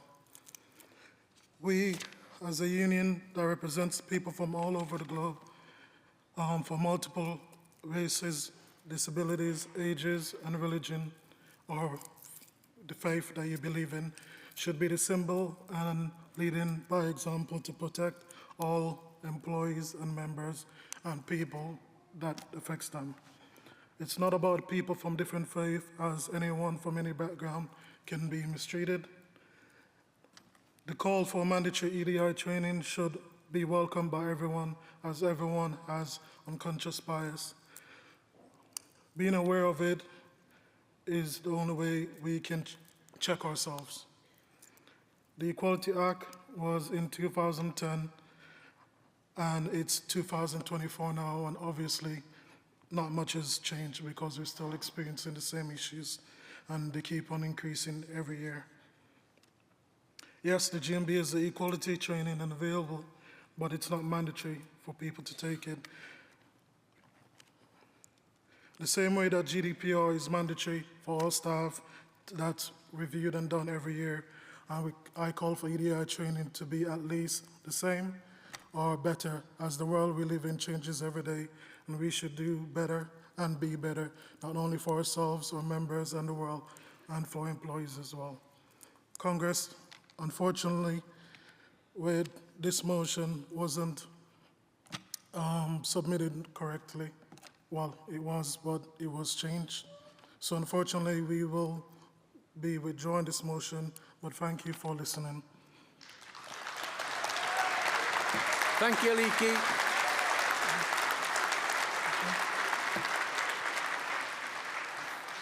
Sorry, just one more thing. Going forward, we will address this with our regional secretary in our region and our national officer with our issues that we've raised, and we just want to make sure that everyone gets a fair chance. Thank you for your time. Thank you, Leakey.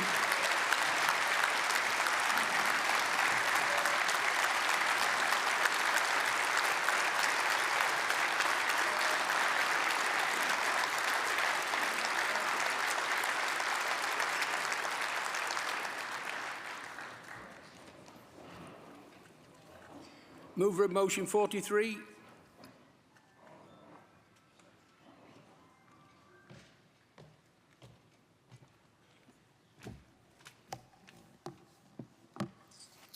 Vice President, Congress, Dave Levy, London Region, moving motion 43. We have a very disparate branch.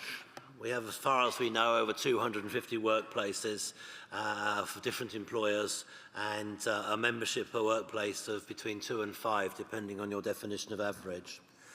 Finding reps is hard and making them is hard, and this motion asks for an easier, complete training programme. This motion is not designed to be a criticism of current provision or of personnel involved in training delivery.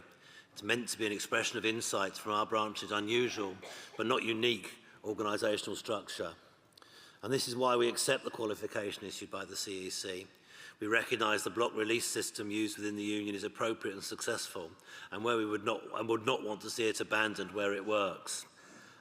There's no intention for that interpretation in the original writing of the motion, so we're pleased at the qualification that's been issued by the CEC.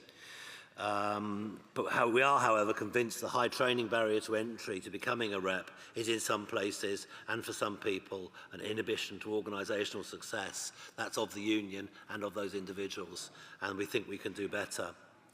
Our organisation issues are compounded by the union's requirement that we will not train or recognise health and safety reps only. To force management to set up a health and safety committee, we need 2 people. To win a recognition agreement, we need 50% of the workforce. Our failure to create accredited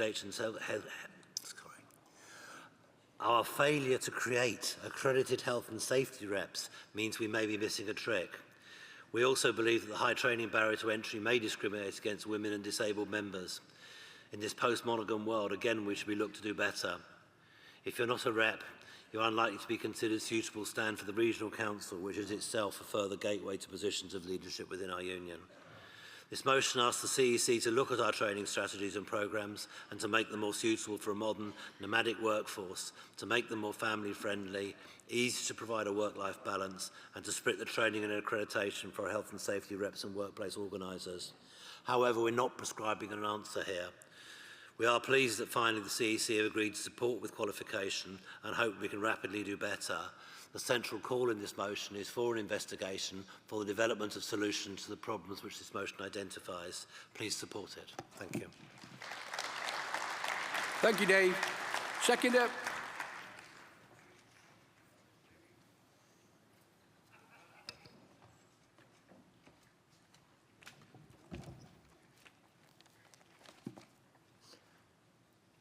President, Congress, I'm Gary Russell from the London Region. I'm seconding motion 43, training of workplace reps and safety reps. Not all workplaces have recognition or agreements. The gig economy is a large and growing sector. 1 in 6 adults in the UK currently work a gig job at least 1 day a week, and almost half of gig workers in the UK have a full-time job, 48%.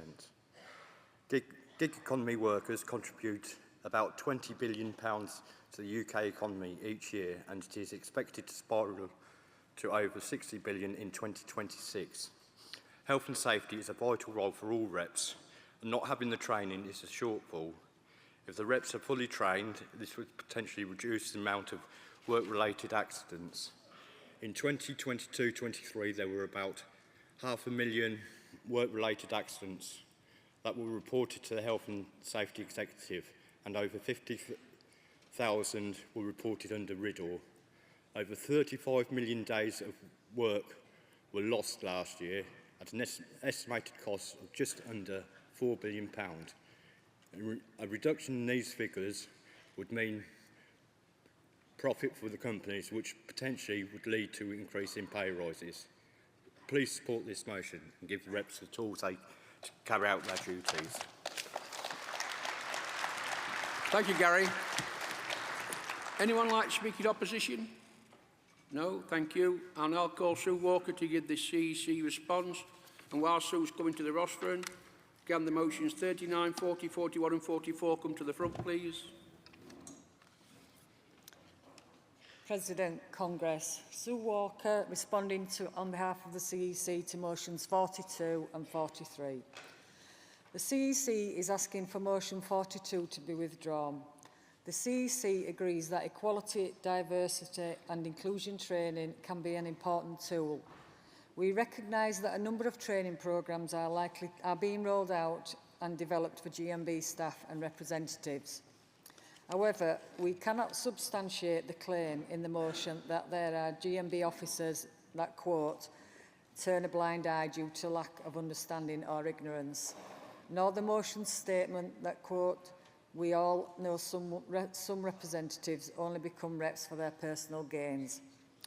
We acknowledge that unconscious bias affects everyone and that our reps regularly go above and beyond the call of duty to support our members. Every union can and should do better to eliminate bias and commit to tackling discrimination, and GMB has made great strides. We have created the Women's Campaign Unit, the National Race Organising Team and the GRASP programme. The National Race Officer and Women's Campaign Unit have developed joint presentations available to all officers and reps, addressing race and gender inequality within an organising and campaigning framework. The National Race Officer is also delivering a GMB-centric anti-racism training package for all lay members and employees in accordance with the Dr. Elizabeth Henry recommendations. This is while also supporting our other leadership programmes, the new Officers Leadership Academy and Women in Leadership. The CEC is supporting motion 43 with a qualification. We support the spirit of this motion to improve the access that atypical workers have to our activist training. Our qualification is that GMB should not abandon the model of paid release for our representatives where we have recognition. The wording of this motion could be interpreted as such. The CEC believes we should also be confronting discrimination in relation to paid release. We also wish to refute the claim that GMB's training is over-reliant on block release. GMB is currently organising and training activists who work for some of the most anti-union employers in modern history, proving our adaptability in our reps training.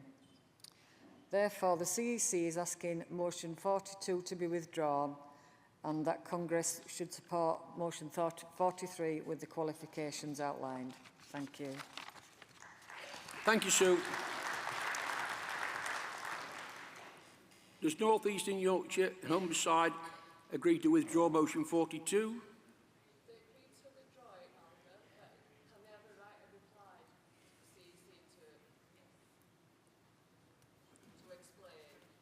Okay.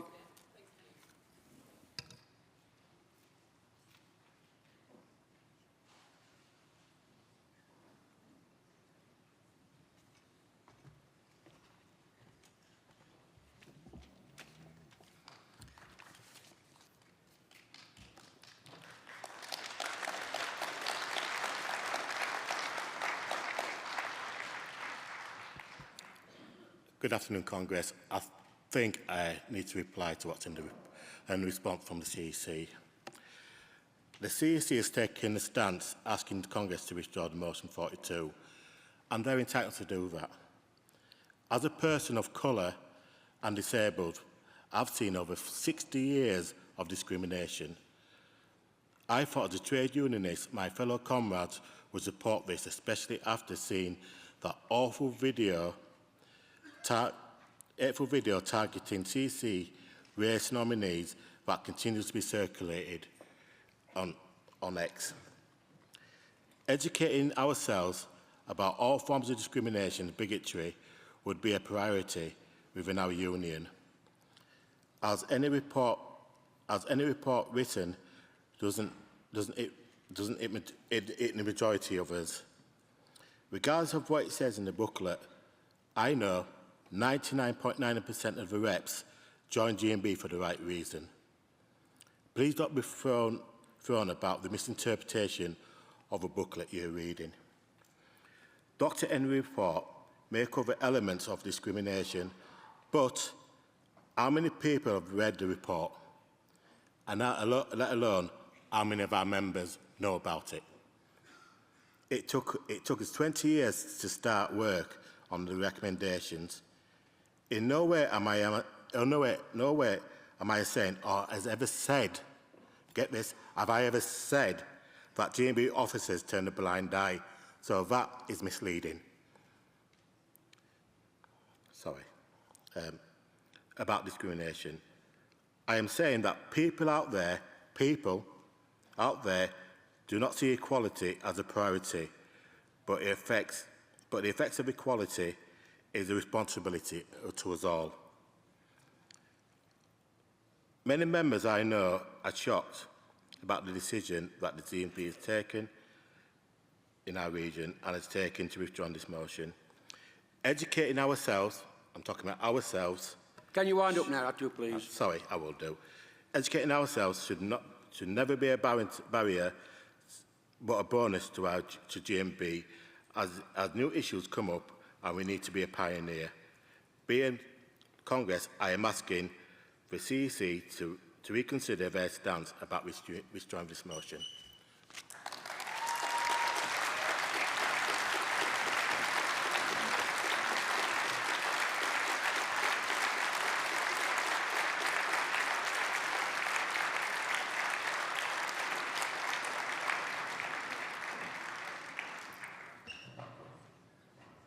Does London accept the qualification on motion 43? Yeah.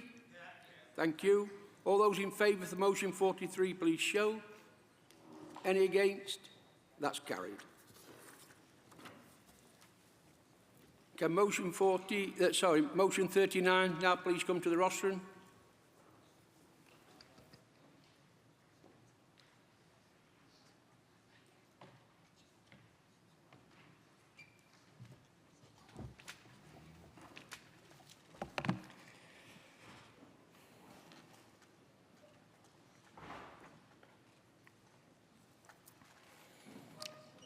Good afternoon, Mr. Vice President.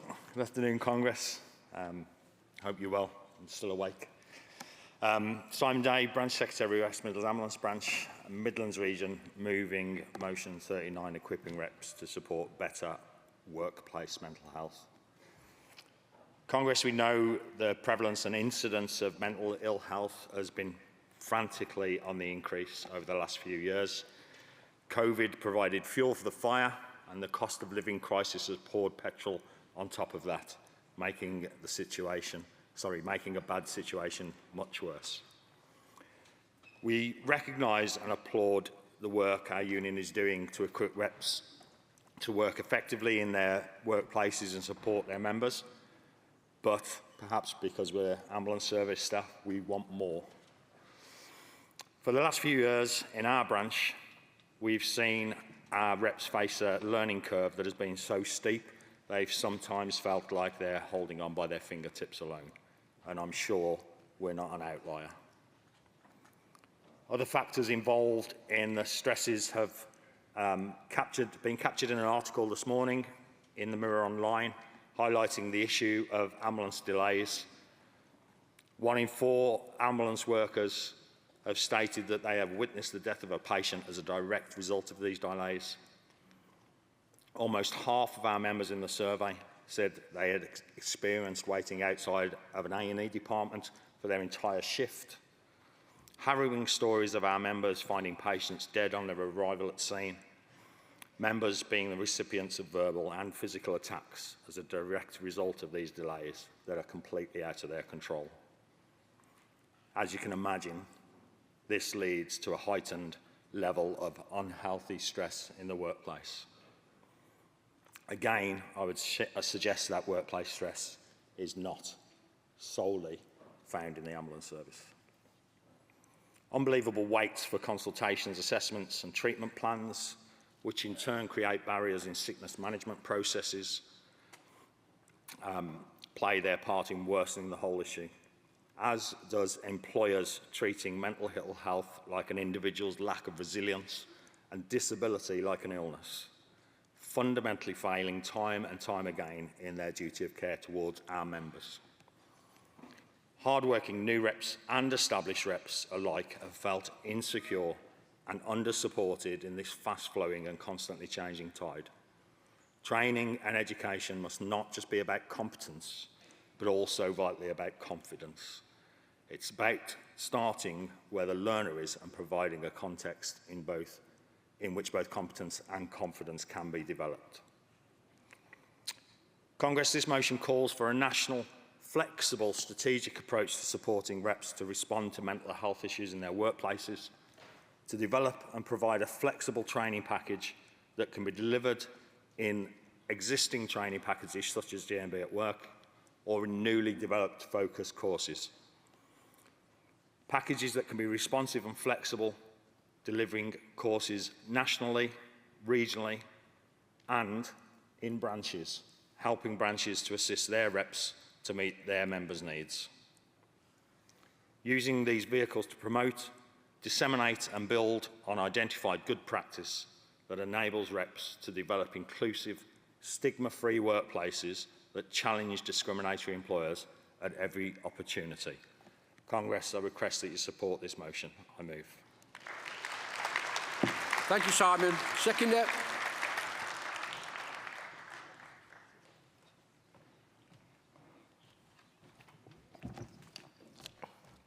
Good afternoon, Congress, Vice President. Ian Burton, Branch President of the East Midlands Ambulance Branch in the Midlands region. I'm speaking to support and second motion 39. GMB reps have got a fantastic reputation. They're trusted by so many of the staff in the workplace for lots of different reasons, the support and advice, the guidance we give and the knowledge that we have, just to name a few. Employers have a duty of care for their staff when it comes to mental health support, for sure. But considering that the managers and the HR departments are not really trusted by the staff that work there, just who are the staff going to turn to for support? Well, they come to their great, trusted GMB representatives in the workplace. Mental ill health is a GMB issue, and we owe it to all our members to have reps that have a good level of training and awareness, not to provide therapy or treatment, but who can recognise these issues and refer or signpost, and who aren't afraid to normalise the discussions that can take place that will support our colleagues to get the help they need. Thank you. I second. Thank you, Ian. Move the 40.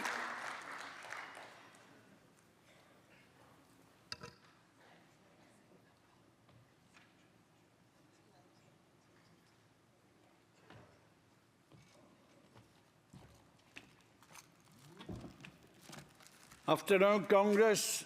Alan Dudson, Midland Region, moving motion 40. 1 day's training for potential reps. President, Congress, we call upon this Congress to support an initial 1 day's training for all new potential reps. The aim of this is for them to fully understand exactly what the role of a rep consists of. You all know your stewards, senior stewards, conveners. If you're collective bargaining, it's fantastic. you've got officers with you, and when you're singly negotiating and you've got an officer with you, the scenario is okay. When you've got to go in on your own, it can be a frightening experience, because some of these gaffers you meet during the day, they're happy family people of a night, and when you go in to negotiate with them without any help, you wonder why they haven't been registered under the Dangerous Dogs Act.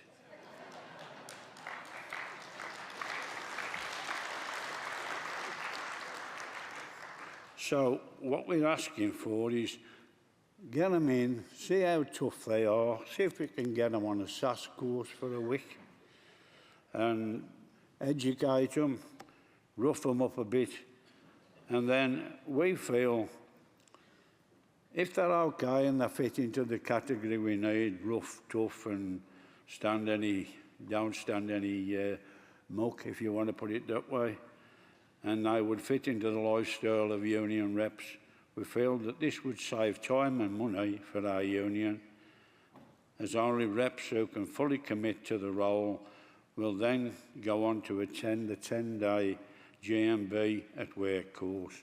Congress, please support. Thank you. Thank you, Alan. Seconder.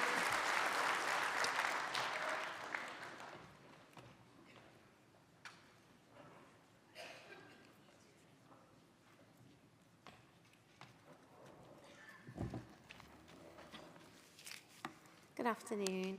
Karen Morell, Midlands Region, seconding motion 40. Vice President, Congress, good afternoon everybody. I wholeheartedly agree with my colleague, even down to the Dangerous Dog Act. Thought that was really apt. I would just like to say that the initial support training will be carried out on the same day as the proposed one-day training. This will also provide a great opportunity for branch officials and officers to meet potential reps and address the concerns or issues. I second this motion.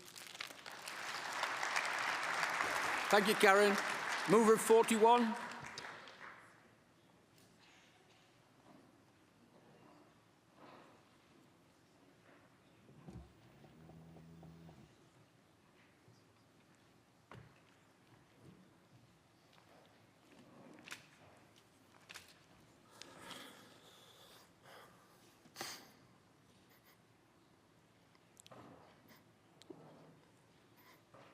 I'm Jason Evans, Midlands Region. I'm moving motion 41, artificial intelligence. Vice President, Congress. Applications of artificial intelligence are increasing daily at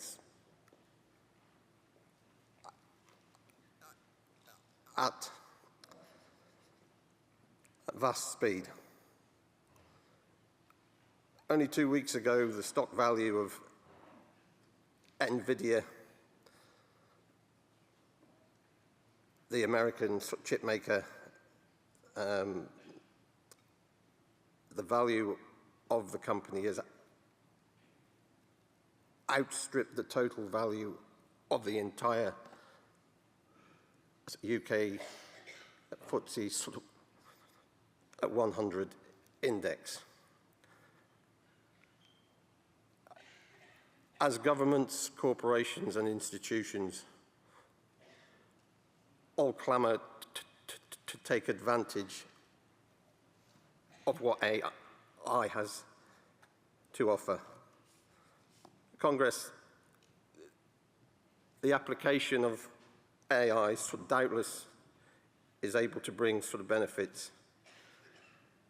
For example, recently it was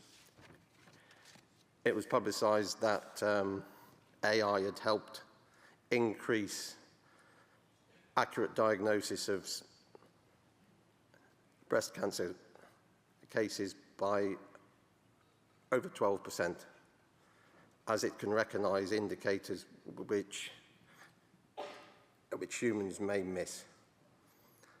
However, AI does pose serious threats to jobs involving repetitive tasks, data analysis and administration in particular.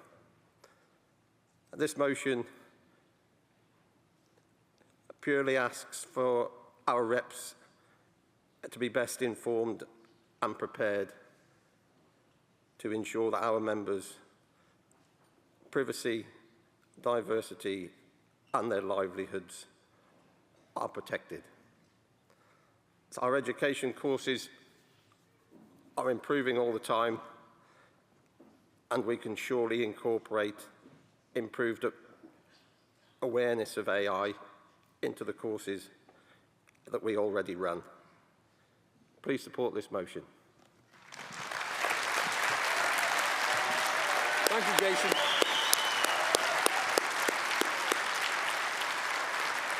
Seconder.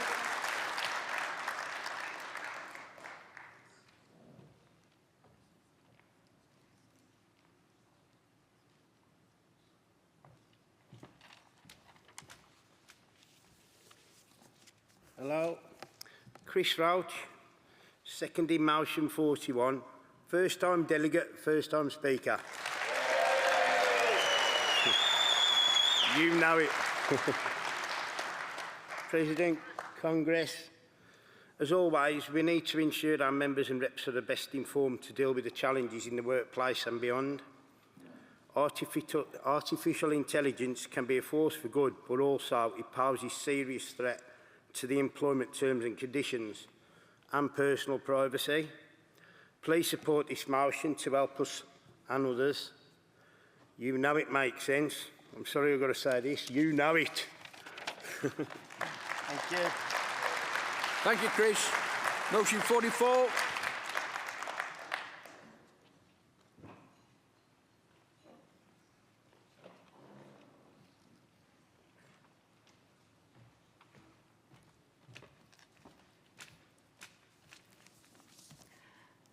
Good afternoon, Vice President, President, Congress. David Bartlett, Southern Region, moving motion 44, GMB training upon employers entering an insolvency process. Congress, the GMB has an extensive in-house training programme which is routinely delivered to activists, covering the most common issues of industrial relations and health and safety, with other courses such as 2P and redundancy available on demand. However, following the experiences of reps at Wilco and Wiggle, it is clear a course and associated resources deliverable at short notice does not exist for activists within all regions. When their employer enters an insolvency process, this must change. The reality is, when your employer appoints an administrator or a liquidator, things are immediately uncertain, fast-paced, and changeable. You fear for your job and the jobs of your membership, whilst facing an unknown system and future. You deal with administrators or liquidators as opposed to your employer. The insolvency practitioner's primary focus being on securing as much capital for creditors as possible rather than preserving the business, jobs, or considering member welfare. In many cases, such agents won't follow established processes and may disregard certain aspects of employment law due to the amount saved outweighing the financial cost of compliance. In addition to this, you have the issues of supporting members who are likely to be dismissed at various points throughout the process. Their redundancy pay needs claiming from the government. Notice pay compensation is subject to deductions and can't be claimed until the end of the notional notice period. And to top it all off, they might not have even been paid any outstanding wages and accrued holiday pay. Then there's the questions from members. Is there any legal recourse? Does it apply to all of us equally? What are you doing? What is the union going to do? The answer is possibly not. We need to seek advice and we'll come back to you. But these questions do not stop. Congress, we as a union must value our activists and ensure the support, training and resources are available at a time of such significant turmoil for the activists and their membership. Congress, we require the education, policy and research and legal departments to develop and maintain a comprehensive training programme deliverable for reps and officers on day one of any insolvency process if required. Please support this motion. Congress, I move. Thank you, David. Seconder.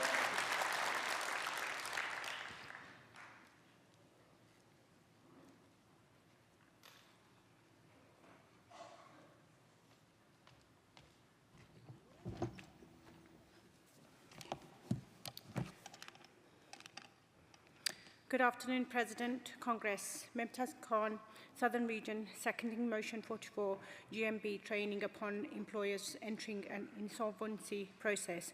First time speaker, first time delegate.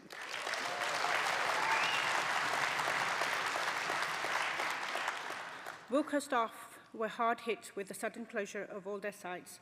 Staff dealt with the news that they would no longer have a job, with major impact on how they would suddenly support their families with no knowledge of how administration works. The type of things staff face during liquidation, stress of losing a job, employers not supporting staff or providing relevant information, employees worried about their future employment, i.e., will they find another job, entitlement to redundancy, depending on their service. Which benefits are they entitled to? Will the changes in their finances cover all their living costs? Employees were glad to be part of GMB Union, who campaigned for their rights and stood by their side through the whole process. The motion will better tool our reps, officers during a traumatic time. I second this motion. Thank you, Mumtaz. Does anyone wish to speak in opposition? No? Thank you. Come on.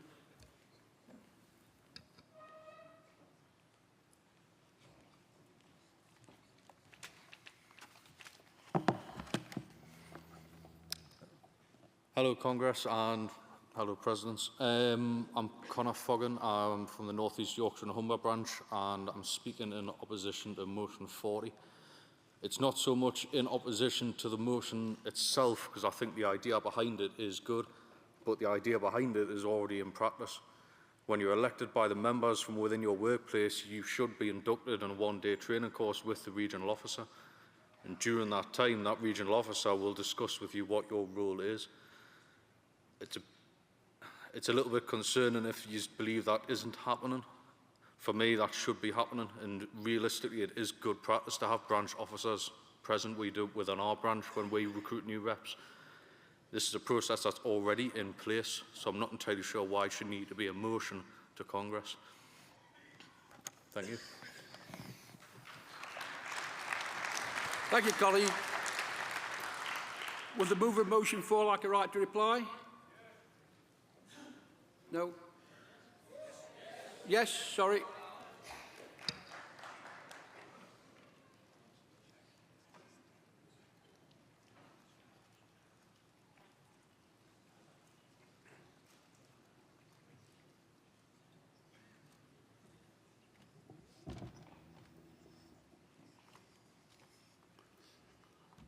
I don't know who the gentleman was, but I'll say this: a day's training with an officer, they'll put you in good stead to face some of the bastards I've had to face. I'll tell you that. An officer is there to help you, not to judge you. The people, your members, pick you because they think you're of good standing and you'll represent them.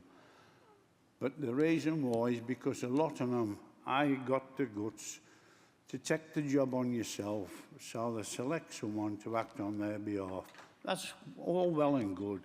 As I said, they picked me, and they picked a lot of my friends, a lot that I'm sitting with now. And you know yourself, it's a big learning curve. From the day when they pat you on your head and say, go on into the wide world, and then you got to meet some of the mongrels. You wouldn't want to. If you seen them in the street, you'd probably shoot them. But because they're employees, and I've got to be fair, I'm glad most of them was in unison, because they like unison any road. And I've got to say this, it's just a pat on the head and a day's chat, and you know, it's lovely being in the union. It's great being here. It's great listening to all the arguments. I've gone through that learning curve. I tell you now, I've been retired 13 years, and I can still look round at some of the nastiest people you could wish to ever meet. I'll tell you that. But I beat them all. And I'll tell you what, and I'll say this to my General Secretary, one of the most people that hated me most, and he's gone, and I'm still here, was my former Regional Secretary. Sorry about that, Gary, but I've got to tell you all that. I beat him. Thank you, Alan.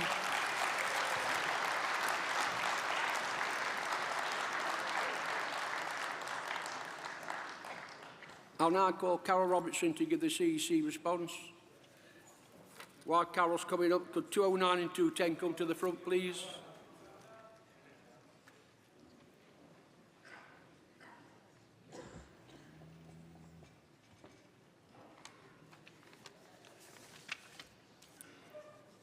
President Congress, Carol Robertson, responding on behalf of the CEC in response to motions 39, 40 and 41.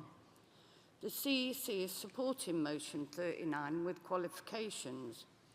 We recognise the need for our reps to be supported to deliver excellence in representation and support the intention of this motion.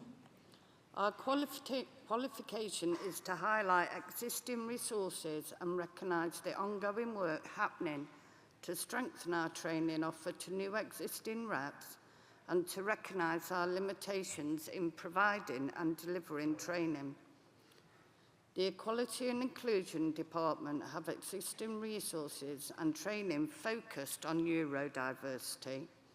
The GMB Thinking Differently at Work, Neurodiversity in the Workplace campaign, resources are available on the GMB website for branches and regions.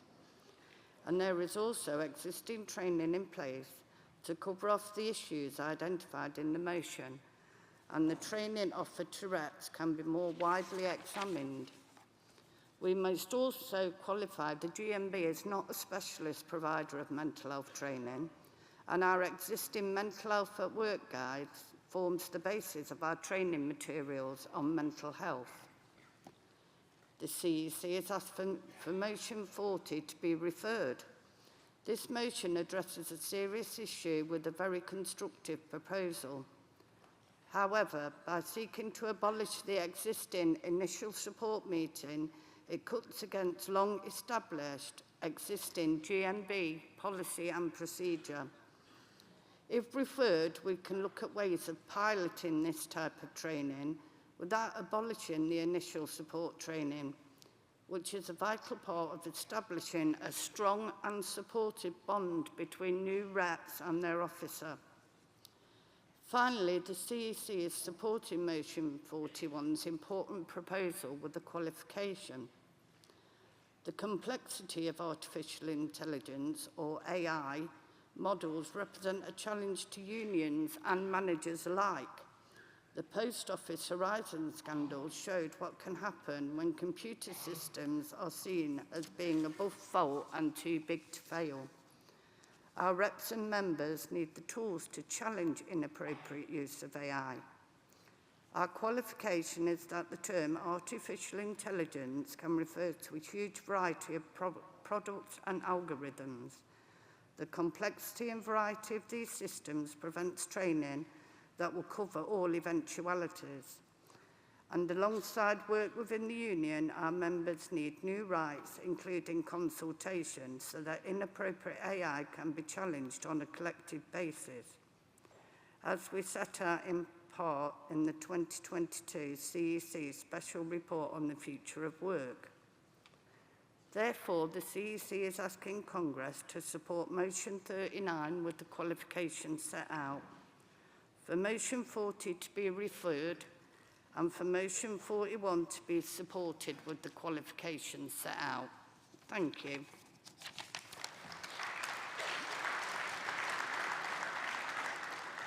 Thank you, Carol.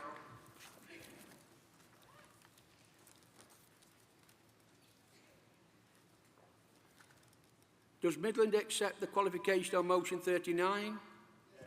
Thank you. Does Midland agree to refer back on motion 40? Refer back?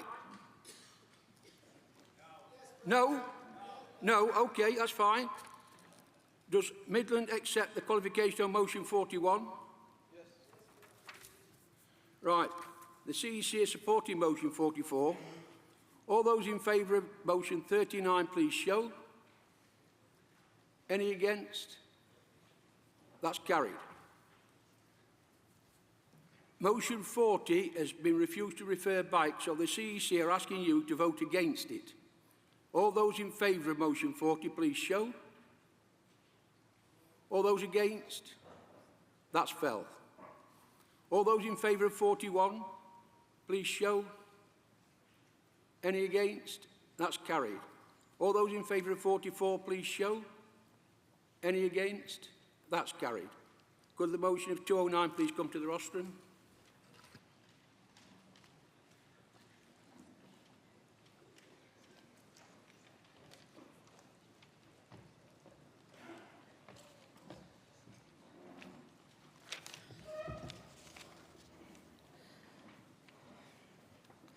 President, Vice President, Congress, Melanie Gale, GMB Scotland, moving motion 209, issues arising from patient flow in the NHS.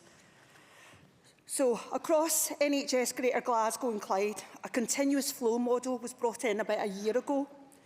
Now, the reason for this model was to kind of help the pressures at accident and emergency and being able to move the patients on to the receiving wards. So, the continuous flow from the receiving wards was one patient was to be moved to many different wards. And this was under discussions with bed managers and the receiving wards, and wards being made aware of patients coming. Never happens, which means each ward has one extra patient or two. So the reason was because accident emergency, with the pressures there, you need to be able to move on for these patients. But then what does that mean to our ward staff? Patients not having a bed, sitting in an area of the ward that's not appropriate, and many of our patients are actually sitting beside a window with no screen, no dignity, no privacy. Now, how can we ensure our patients are safe, and is the continuous flow the best answer? Many patients coming through their door are really quite unwell, and finding a suitable patient to be able to do a continuous flow model is not always there. I'm going to give you some examples of what's going on at the present moment. Recently on the wards I've been working on, patients being transferred, not being able to sit up, coming through in a bed and stuck in the middle of a room with 6 other patients. They might need full care, they may need to go to the bathroom. There's no screens to provide this for them. We also had a palliative patient that was wheeled and put into a treatment room. Now, would you accept that for your family member? Would you be happy for that? Because I'm not, and I'm a nurse. We also had a patient being brought through who needed a blood transfusion. He was made to sit in a chair for 7 hours, waiting for a blood transfusion because we had nowhere to put him. Where is the dignity for our patients? There's so many legal implications to this, especially in the patient flow across Scotland. Our Health and Safety Work Act 1974 comes in right away, because yet again, where are you able to take your patients to go to the toilet? Patients' Right in Scotland Act in 2011 stated about dignity and privacy of the patient. Where is it? For staff, especially nurses, our NMC is being compromised by this. Practice effectively? Not a chance. Preserve safety? No. Promote professionalism and trust? Are we putting trust to our patients? No. So, is patient flow actually the answer? I went to a meeting recently and I was told by managers this was staying. So what is the answer? Now, we're all talking about maybe discharging should start at accident emergency and follow the patient through, and this should continue. But how can it continue when we've got these numbers waiting at doors? I am asking Congress, please support this motion. Please support our GMB members and especially our NHS workers. We need to raise awareness within the NHS to look how we can make the patient flow safe. We must protect the safety of our patients and staff. We need to take this back to our health boards and Scottish Parliament and get our concerns voiced. Please, Congress, support this motion. Thank you. Thank you, Melanie. Seconder.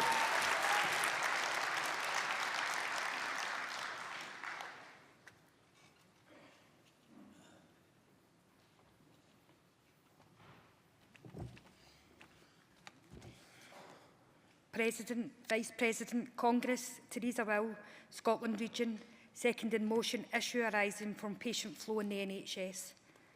I am an NHS worker. I am not, however, directly involved with the patient flow model. Because I am not, I can step back and see what it is. It's unplanned, chaotic, with patients and quite often staff not knowing what's happening, and provides no dignity for the patients as they lie in a corridor. These are often elderly and confused patients. Congress, most of us have elderly relatives. How would you feel if they were treated in this way? Would you be happy? If this was any relative of mine, I certainly would not want them to I would want them to receive better care, not to be scared and further confused, where their dignity should never be compromised. We can make a difference, Conference. Together we can vote to carry this motion and help the NHS nurses, my colleagues, in their fight to stop this model being used. This is patient movement to improve the statistics for management to create the appearances that all is okay. But Congress, we know it's not. We are treating patients as if they're a problem and then moving the problem elsewhere in the building. This is not a compassionate solution. Congress, I second this motion. Thank you, Theresa. Mover 210.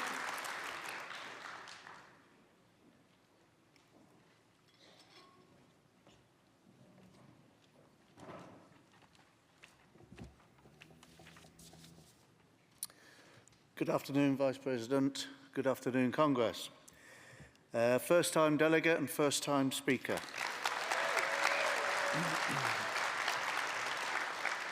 Paul Cullen, London Region. Today I stand before you not only as the proud branch secretary of the East of England Service Branch, but also as a paramedic. I am honoured to have been taught the life-saving skills needed to treat a cardiac arrest by our wonderful NHS. But unfortunately, after 14 years of Tory underfunding, increasing ambulance response times, we often arrive too late and our efforts can be futile. In fact, a GMB survey released today found that 1 in 4 ambulance workers have witnessed a death in the last 3 years due to delays. Each year in the UK, around 30,000 people suffer out-of-hospital cardiac arrests. Tragically, the survival rate is about 8%. However, when a defibrillator is used within the first few minutes, along with good chest compressions from ordinary members of the public, survival rates can soar to over 70%. Defibrillators are not luxury items. They can be life-saving devices in the chain of survival for cardiac arrest victims. Contrary to popular opinion, they don't restart the heart. They stun the heart out of a chaotic, ineffective rhythm back into a normal, effective pumping rhythm. Yet, despite their proven efficiency, the cost of defibrillators remains too high for many communities, organisations and individuals. Adding 20% VAT to the price of a defibrillator exacerbates this issue, making it even more difficult for schools, sports clubs, community centres and small businesses to afford these life-saving tools. This is not just a financial burden, it is a moral failing. By imposing VAT on defibrillators, we are essentially placing a price on a human life. valuing tax revenue over the possibility of saving a mother, a grandfather, a child or a friend. Having VAT on defibrillators is short-sighted even from an economic perspective. The costs associated with cardiac arrest extend far beyond the immediate emergency. Survivors often require extensive medical treatment, rehabilitation and sometimes lifelong care, which costs the already strained NHS even more. Defibrillators can not only save lives, they can save long-term costs. The moral argument far outweighs the economic argument, but even the economic argument doesn't make sense. By removing VAT from defibrillators, it would be good for the patient, good for the NHS, and good for our communities. Congress, I ask that you support motion 210. I move. Thank you, Paul. Seconder. And can the movers of motions 195, 196 and 198 come to the front, please?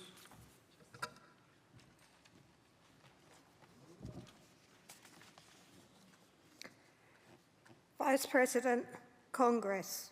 Jan Smith, London Region, second motion 2110. VAT on defibrillators. Colleagues, I'm grateful to Paul who have moved this motion which was submitted by my branch, which is East Dereham in Norfolk.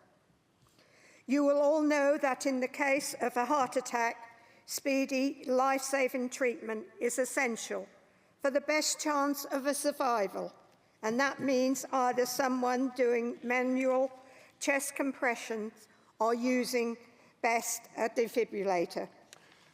As most of us know, cardiac arrests can happen at weekends or during the night.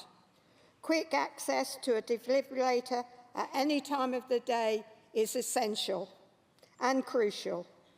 Every minute of a delay between a cardiac arrest and defibrillation reduces the chance of our survivals. Sadly, not everyone has a quick access to a defib machine. You are normally more than 700 meters away or from one, but in the poorest areas. The nearest machine can involve a round trip of nearly 2 kilometers. Access to these machines should not, and I repeat, should not be by postcode. We need to make these widely available. They are essential. Heart attacks do not discriminate against the old and the young, the rich or the poor. Our motion is asking that the government removes VAT from these vital life-saving machines. This would increase affordability and save lives. Currently, only local authorities, the NHS and the first aid charities are exempt from VAT on defibrillators. This means that this tax hits some of the essential places where they are needed, such as care homes, small businesses, charity and community groups. They will have to pay a tax on defibrillator purchases costing anything up to £200 to £500. Congress, please support this motion. It is important, and a defibrillator could save your life. I second. Is anyone speaking opposition? No. The CEC is supporting both these motions. I'll put them to the vote. All those in favour of 209, please show. Anyone against? That's carried. All those in favour of 210, please show. Anyone against? That's carried. Could the Speaker of 195 please come to the rostrum?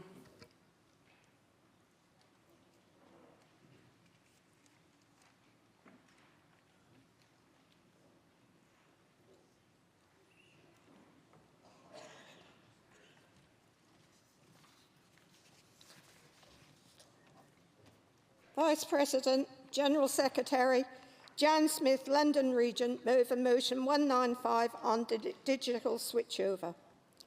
Let's see a show of hands.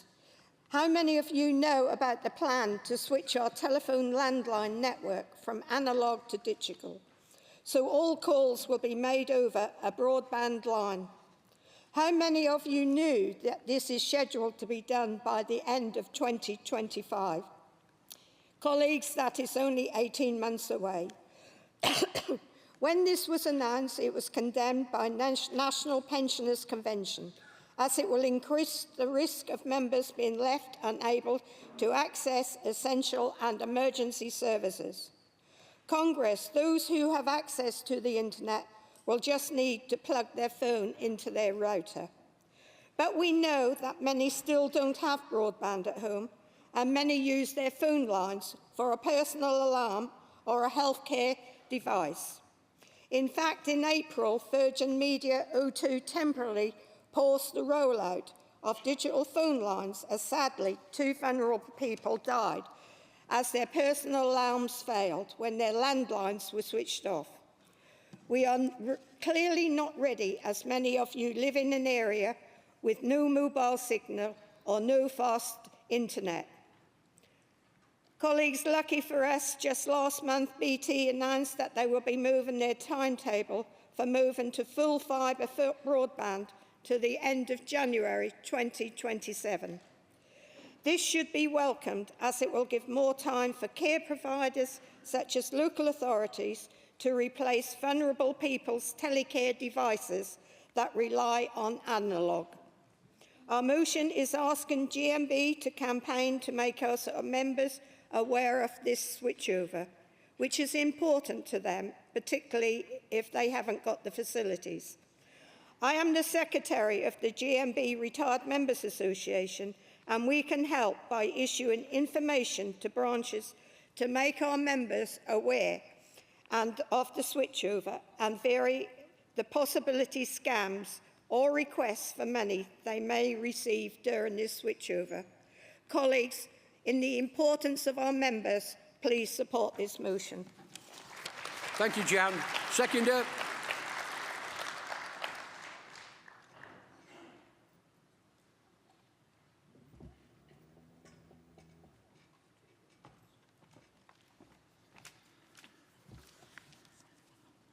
President, Congress, Stephen Clare, London Region. The digital switchover of landlines is going to affect at least 500,000 pensioners and other people like them, like with learning difficulties and anxiety. I feel that going digital is not good for certain vulnerable people, and it can breach the Equalities Act 2010 because of its classed as age discrimination. When my mum was at school, she said she only got taught to use a calculator, and now we're phasing out all copper lines. We're expected people like my mum, who's vulnerable, to deal with complicated things like broadband and broadband connections, which may cause stress to this group of people. Congress, we need to challenge and protect these people and help them out, these vulnerable people. Please vote for motion 195. Thank you, Stephen. Mover 196.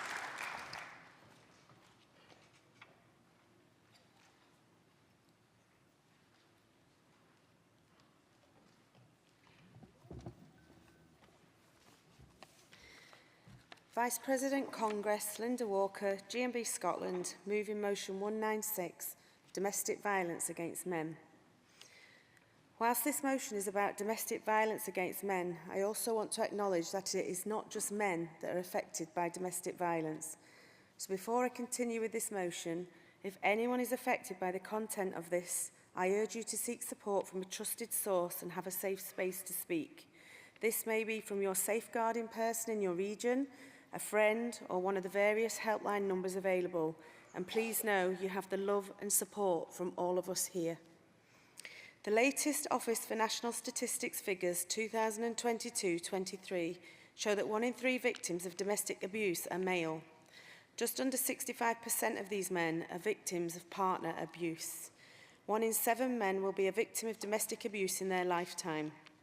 The charity Mankind Initiative, who provide an information, support and signposting service to men suffering from domestic abuse from their current or former wife, partner, including same-sex partner or husband, identified that of the domestic abuse crimes recorded by the police, 25% were committed against men. And Save Lives Data, who hold the largest data set on domestic abuse in the UK, indicated that only 4.8% of those men are being supported by local domestic services. This highlights how few men are being supported in local domestic abuse services. Mankind Initiative indicated that just under 60% of the men who called their helpline had never spoken to anyone before about the abuse they are suffering, and 64% would not have called if the helpline was not anonymous. Currently in the UK, as of the 1st of February 2024, after removing anomalies in the data, there are 56 organisations with 64 dedicated spaces for men and 302 for men or women. The average number of spaces for men per organisation is only 5. 2022-23 statistics tell us that 21% of male victims fail to tell anyone they are a victim of partner abuse, and 6.5% of those victims have considered taking their life due to partner abuse. The charity has seen an increase in calls regarding suicide ideation over the pandemic period and beyond, and 13 men died at the hands of their partner or ex-partner. The Domestic Abuse Scotland Act 2018 includes violent, physical, sexual, psychological and financial acts that could happen anywhere, at home and or online. Abused Men in Scotland, AMIS, is a registered charity that came together in 2010. This is an organisation that is able to help around 500 men a year. 70% of men that contacted this charity had never called the police. Fear Free is a charity working to break the cycle of domestic abuse, sexual violence and stalking across the South West. Services are completely free of charge and are open to all genders, sexualities, backgrounds and beliefs. Men's Advice Line have a team of friendly advisors who will listen and believe you. They offer non-judgmental support, practical advice and information with a focus on increasing the safety of men experiencing domestic abuse and the safety of any children by providing confidential support. There is no freedom for those experiencing domestic abuse. Abusers dictate, control, abuse, and then apologise for their actions, often saying, "It'll not happen again," but it does. The abject misery, humiliation, fear, exhaustion, walking on eggshells, feeling totally controlled and completely powerless. This is how many victims feel. There is good support out there, but not enough. There is stigma around male domestic abuse, and we need to break that stigma down to enable men to speak out. We need more services and key workers, support for charities, and to better support male victims of abuse. Attention needs to be brought to this subject, and it needs highlighting at government level. Therefore, this motion asks Congress to work with and help campaign with all the male domestic abuse helplines and charities. Can you wind up, please, Linda? To lobby MPs and MSPs to push this topic forward, along with the need for greater awareness and support, and bring this to the government's attention. I move. Thank you. Seconder.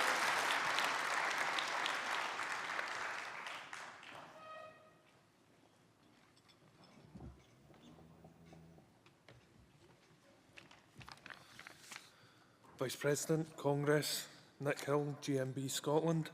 I'm here to second the motion 196 that asks Congress to raise awareness and support for men experiencing domestic abuse. As Linda highlighted, this is a much misunderstood and underreported issue, and highlighting this issue in no way takes away from the horrifying figures around domestic violence perpetrated by men against women. It was only in 2015 and 2018 in Scotland that the new law was introduced to criminalise the use of emotional abuse, psychological abuse and coercive control in the absence of physical violence. This is something many of these men experience, but the stigma around the issue means that they do not speak up. Part of the problem was summed up by the North Yorkshire Police Lead for Domestic Abuse. So often we find individuals may fail to recognise or struggle to come to terms with the fact that they are being abused. Support networks can play a vital role in helping them to understand this and to find help. It is also worth noting that domestic violence disclosure scheme known as Clare's Law allows close friends and family to ask the police if someone may pose a risk. Any information which is found as a result of this request will not be disclosed to anyone except the person in the relationship. I would urge Congress to support this motion, and if this motion has caused any concern for anyone here, I would say that each region has a safeguarding lead who would be more than willing to listen and support in a confidential way. Congress, I second. Thank you, Nick. Mover of 198.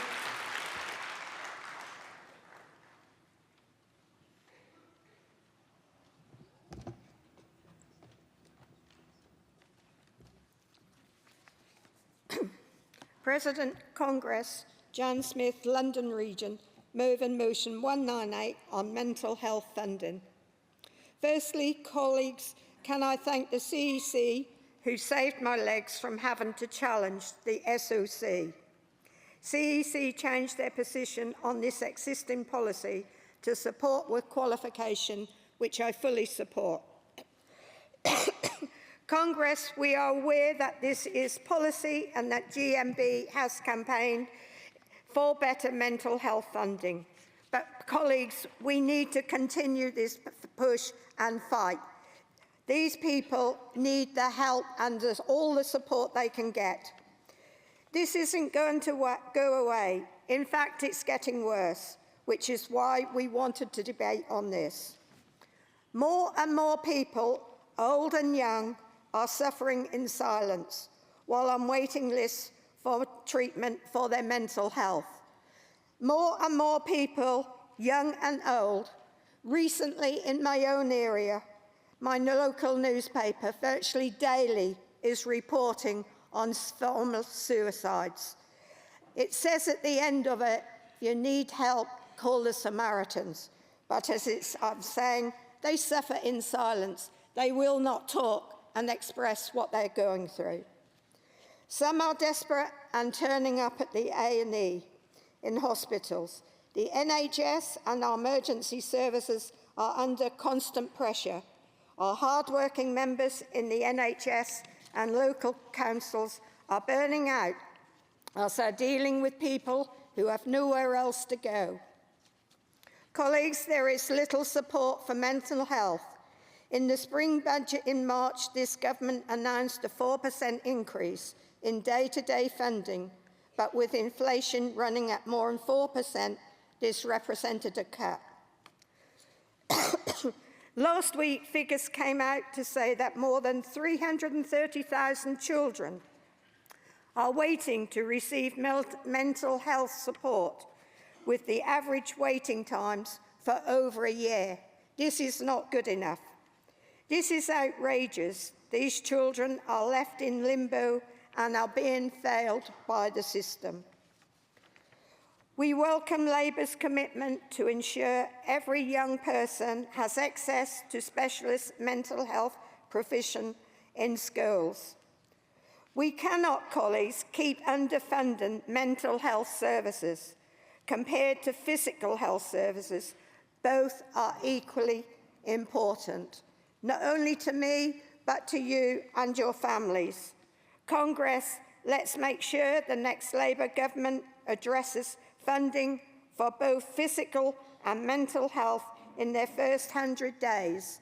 And Congress, there is a bill going through in where the mental health services are now putting calls out to the police, and the police are only going to answer if they think it's essential. And there is one tragic case in Norwich where a whole family was shot, very sadly, 2 young girls, an aunt, by their father, and the police never answered the call originally. So please support this motion. It is important. What has happened can happen to any of us. Please support I move. Thank you, Jan. Seconder. And can the motions 206, 207 come to the front, please?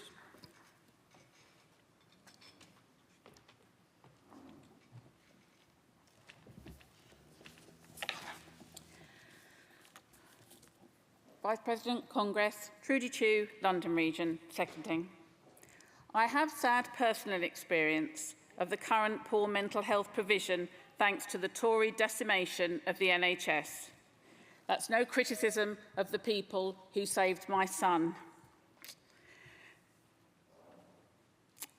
Additionally, in my convening, particularly in schools and local authorities and care homes, I have seen the huge increase in members suffering with their mental health due to work or personal pressures caused by the financial worries thanks to austerity, or staff cuts, which increase the pressure on the remaining staff. I bet you've seen this, whatever region you're in. In the news, we see daily suicides of young people, murders and other crimes committed by persons with unsatisfactorily treated mental health conditions. Horrendous for the victims, but so hard also for the families of the poorly people. The Tories have much to be ashamed of, but this failing costs lives and affects the quality of life hugely of so many people. They often end up stopping work or being dismissed due to their absence or actions they've taken at work because of their mental health crisis.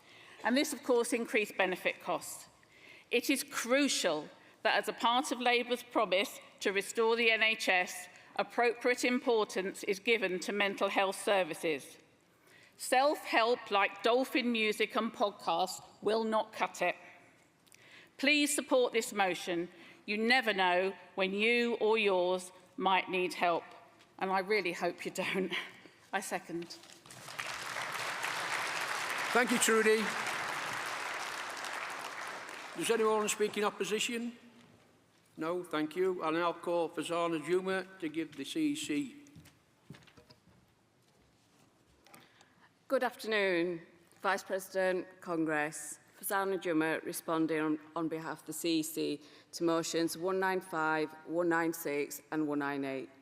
The CEC is supporting all of these motions with qualifications. On motion 195, the CEC recognises the importance of ensuring categories identified in the motion are not left behind with a digital switchover. However, our qualification is that there is no industrial campaign which can be run from the commitments in the motion. More work would need to be done to ensure this can be relevant to our members in the workplace and builds the union. On motion 196, there is no level of abuse or domestic violence that is acceptable.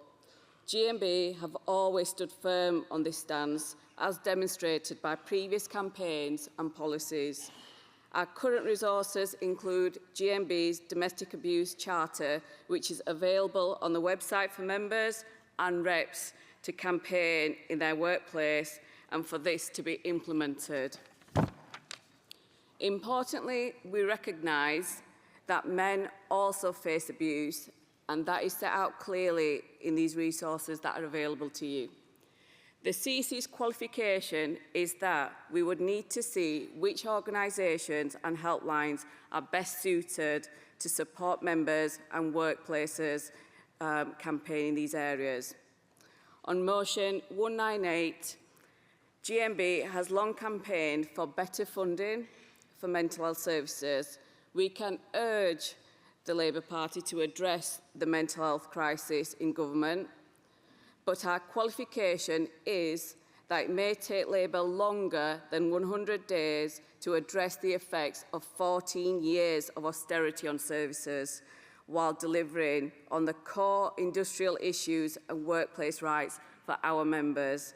Therefore, the CEC is asking for motions 195, 196 and 197 to be supported with the qualifications I've set out. Thank you.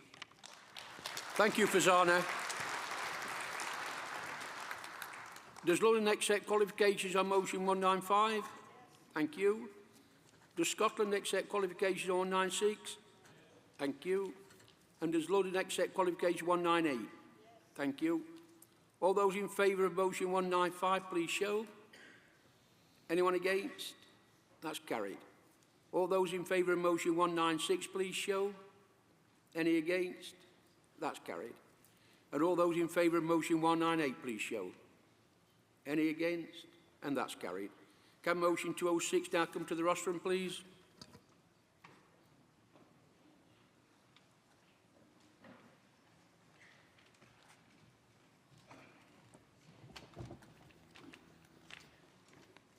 Chair, Congress, me again, I'm afraid.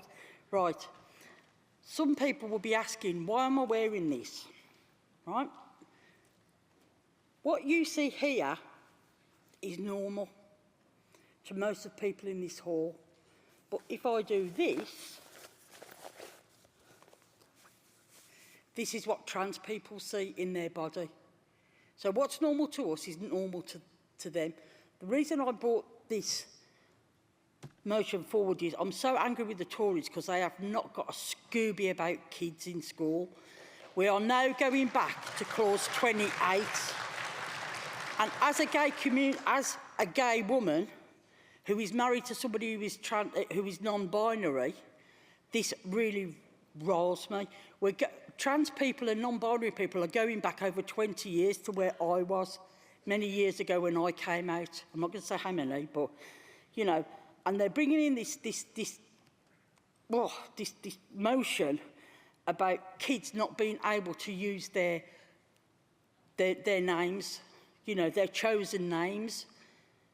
Yeah, and like they're talking about they need to have single-sex toilets. Kids can change their name informally, but with their parents, and the children need consent to change their names. Also, uniforms. They have to wear the uniform of their biological gender. That's bang out of order. People don't know what they're going through and what the amount of suicides that people can have or could happen, or what their families are going through. I'm sorry I haven't gone to my speech, but this is because I'm so angry. You know, we have some great transgender members in this union, and the equality, you know, everybody in GMB supports people who are different. Don't matter who it is or what they are or what they do, they're GMB members. But this is just, I just pray to God that the Labour Party will take this out of the window and throw it out of the window. It means, you know, this means for sports, allowing a gender-questioning child to participate in sports with the opposite sex will not be appropriate, right? If it risks safety or fairness, what the hell is all that about? Are they gonna hurt somebody? What are they gonna do? Punch him in the face, or are they afraid that that kid might beat somebody, you know, in a race or whatever? You know, single-sex schools. Under the Equality Act, single-sex schools can refuse to admit pupils of the other biological sex, regardless of whatever the children is questioning their gender. A school cannot, however, refuse to admit a child of the same biological sex on the basis that they are questioning their gender. What the hell rigmarole is all that about? People are who they are. You cannot change who you are. I didn't choose to be gay. I am gay, and I am proud to be gay. Somebody changing their gender, somebody whose mind, you know, like whose brain is disorientated and needs to change and to become who they are. Who the hell are the government to tell us that they can't do it? Who are they? And like, so I'll finish in a minute before it goes on hinge, right? Why are kids being treated so appallingly? It's not their fault that their brains are telling them something different to most people in this hall. This could also increase discrimination and suicide. I don't want to hear that one of our members' kids has committed suicide because they can't be who they are. They ain't never riding around a pig's pudding, excuse the expression. I ain't standing for that, and I will stand tough and nail to support anybody who may be different within this union, as our union does. You know, disregards of the isms, as I call them, right? And, you know, that's why I'm supporting this motion. You know, we have got some really good reps who do amazing jobs, and we've got some really good members who they are who they are. They can't change who they are. So please support this motion. Thank you.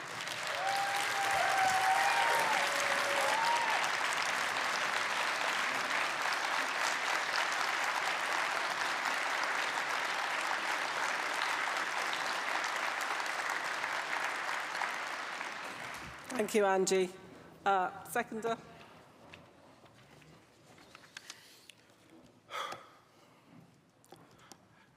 Congress, John Paul Westwood, Midlands Region. When I was stepping forward to speak on this motion, it dawned on me that I wasn't coming from a position of knowledge to comment, as I'm not trans and I'm not a kid. However, my eldest child is. When I spoke with them and asked them their opinion, they were clear, but they were shocked. Not because there was a motion being raised, but that there was a fact that it was needed at all. They said to me, "How do you think it feels to need a law to allow you to be the person that you are?"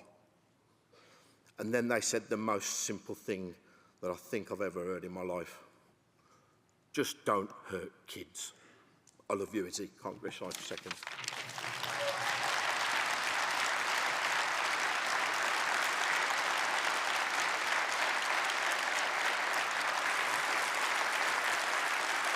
Well done. Thank you. The mover of motion 207, please.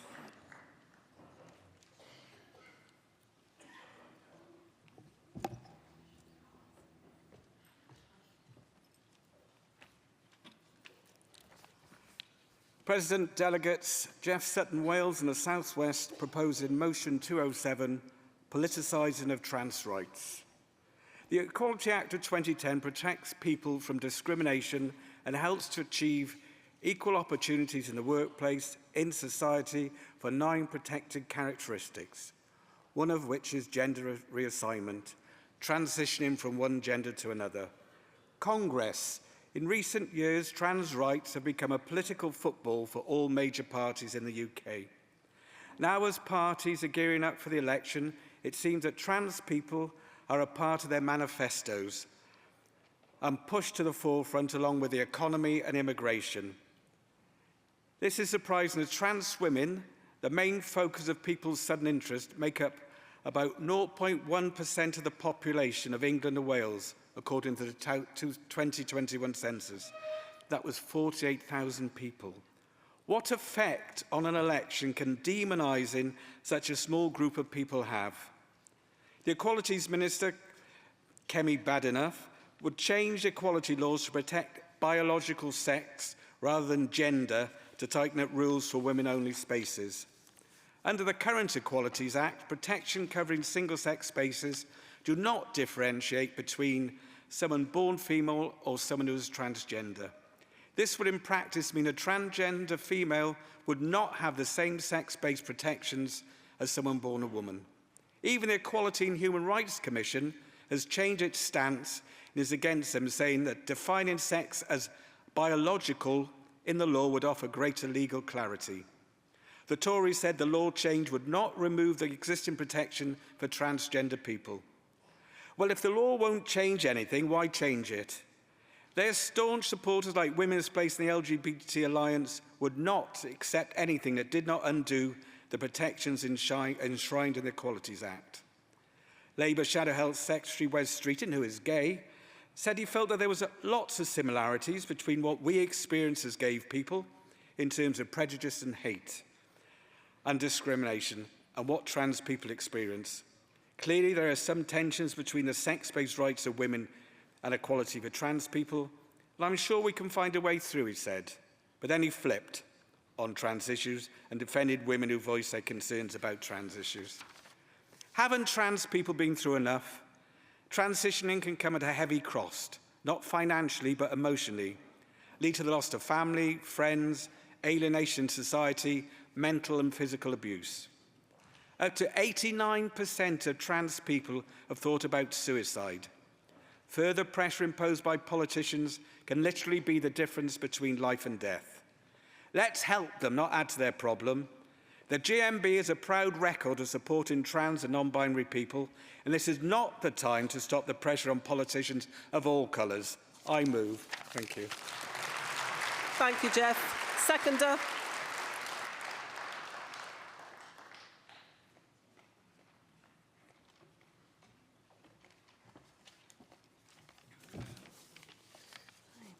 President, Congress, Emma James, Wales and South West, seconding the motion 207.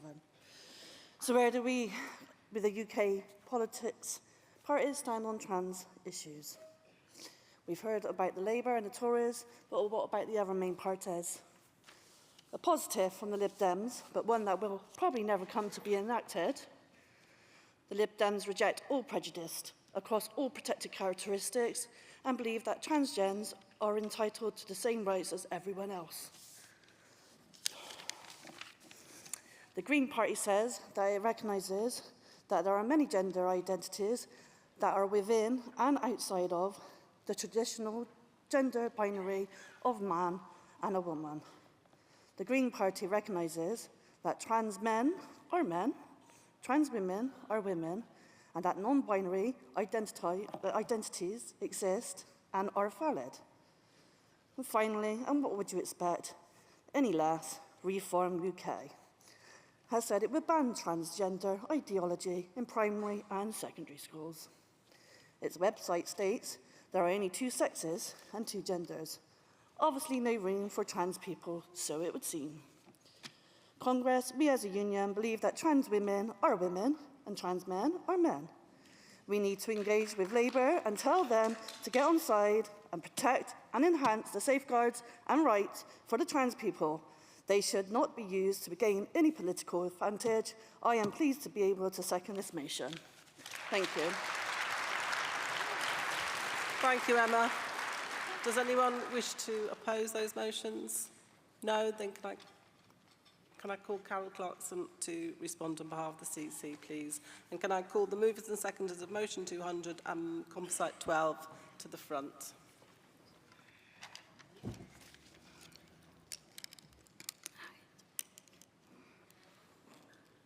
President, Congress. Carol Clarkson, responding from the CEC on motion 206. The CEC supports the intentions of this motion and work is underway by the Equality and Inclusion team to support workers facing the proposed non-statutory guidance from the Department of Education. It is not our understanding that the guidance will definitely stop young people from being able to transition. And our small qualification is to reflect that. However, the guidance does challenge school workers from being able to use a young person's chosen pronoun. It also attempts to limit the ability of young people to transition without that information being shared with their parents or guardians. GMB condemns transphobia in the strongest terms. We stand with our trans and non-binary members and support our members to be able to uphold these values in their workplace. And we are committed to campaigning alongside the trans community. Congress, please support motion 206 with the qualification outlined. Thank you.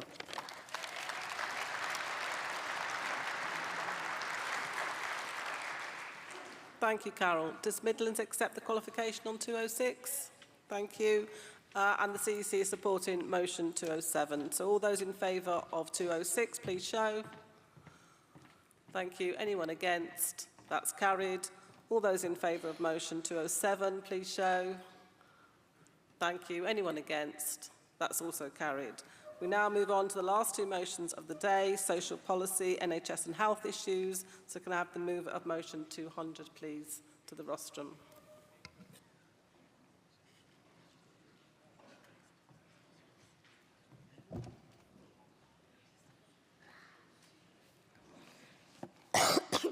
President, Congress. Jan Smith, London Region, moving motion 200 on disabled parking. Colleagues, the price of parking at hospital has risen by over 50% within a year.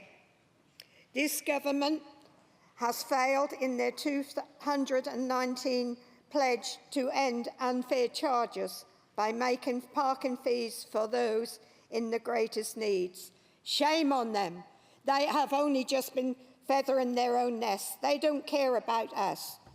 Our motion is asking for a level playing field so that anyone with a blue badge should be given free parking at NHS hospitals, and we also extend this to NHS facilities or any clinical healthcare centres, which could be for blood tests or treatment, or any form of treatment or medical assessments that they need. A disabled person, whether they are a patient or an NHS staff member, shouldn't be expected to walk miles to find an office to validate their blue badge or car parking ticket.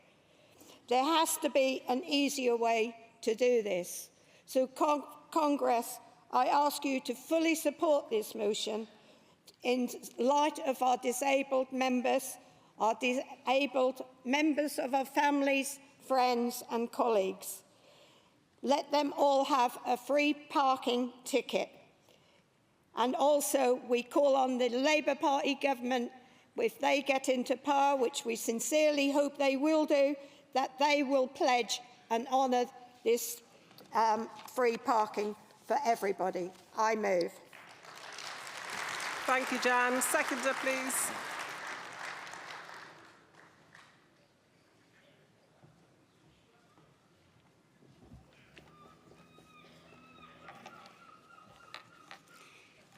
Good afternoon, Congress. Good afternoon, President. Christina Pico, London Region. I fully support everything that the mover has just said. I'm a healthcare assistant and an adult nurse student working at St. Mary's in London. I'm also very proud to be branch secretary of C33 NHS branch, covering several hospitals across central and west London. Parking in the hospitals of our branch varies widely, from very expensive to extremely expensive to not available at all.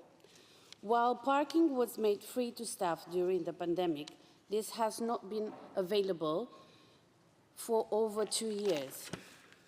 Colleagues, at the GMB, we firmly believe in tearing down the barriers that prevent people with disabilities from work and from fulfilling lives. As Jan just said, we are not asking for much, only a level playing field and for a fair and consistent approach across all NHS trusts. I'm proud to second the motion. Please support it. Thank you. Thank you, Christina. And the mover of Composite 12, please.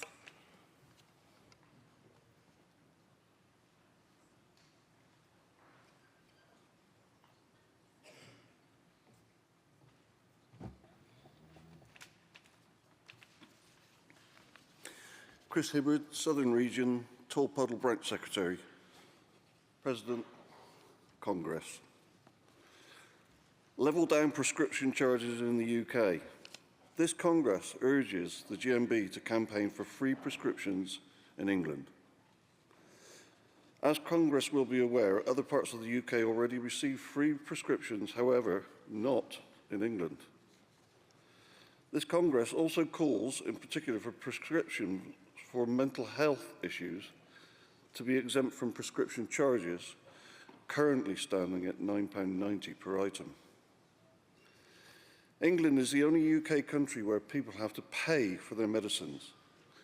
Is it fair that England subsidises the rest of the UK?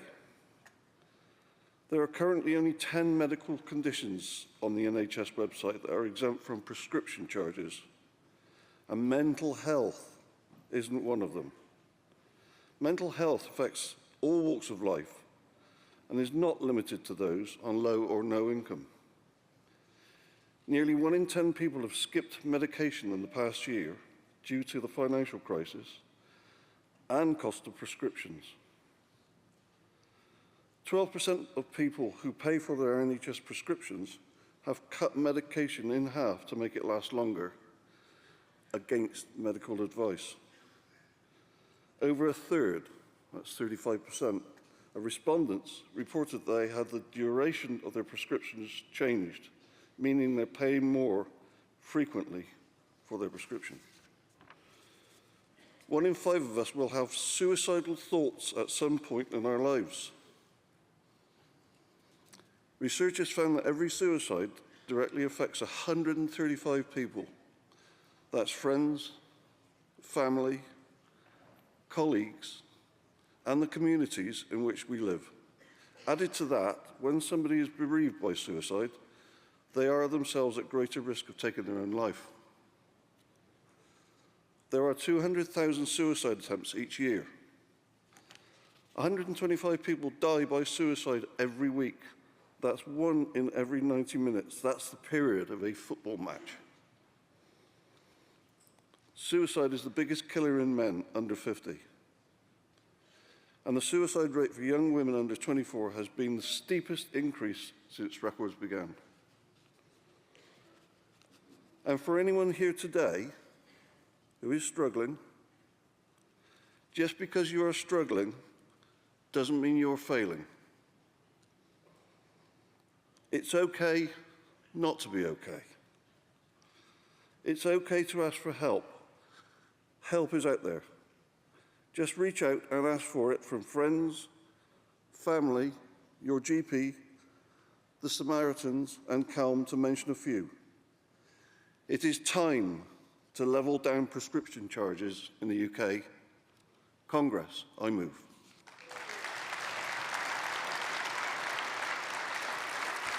Well done, Chris, thank you. And the seconder, please, for that composite.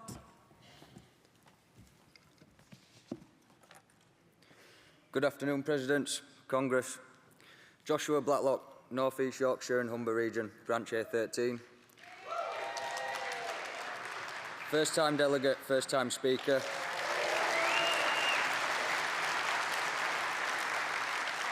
I'm seconding composite 12. Congress, I'm going to keep this short and sweet today. Both Scotland and Wales have devolved governments, meaning they have their own parliaments and their own budgets. The Scottish and Welsh parliaments make the decisions on how best to spend these budgets, separate to the UK's Tories.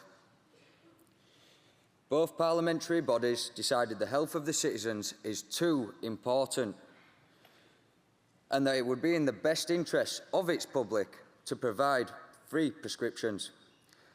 Let's see if our new governing body next month can care as much for our citizens as Scotland and Wales do for theirs. Not only is this right, this is just. I implore you to support this composite. Thank you.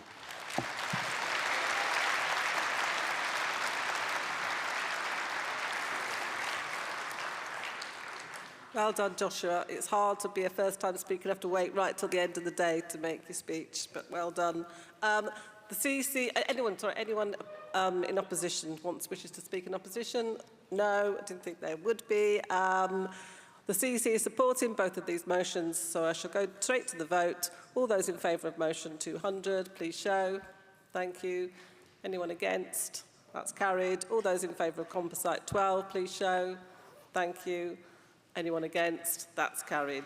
And delegates, that concludes this afternoon's session of Congress. Thank you. We're on time, and that's down to you and for doing your speeches brilliantly. So see you tomorrow at 9 o'clock again, and enjoy your evenings. Cheers. And if you rush and get these books, apparently they're going like hotcakes. Mais le coup a manqué, elle a le nez cassé. Dansons la carmagnole, vive le son, vive le son. Dansons la carmagnole, vive le son du canon. Le patriote a pour ami, le patriote a pour ami. Tous les bonnes gens du pays, tous les bonnes gens du pays. Mais ils se soutiendront tous au son du canon.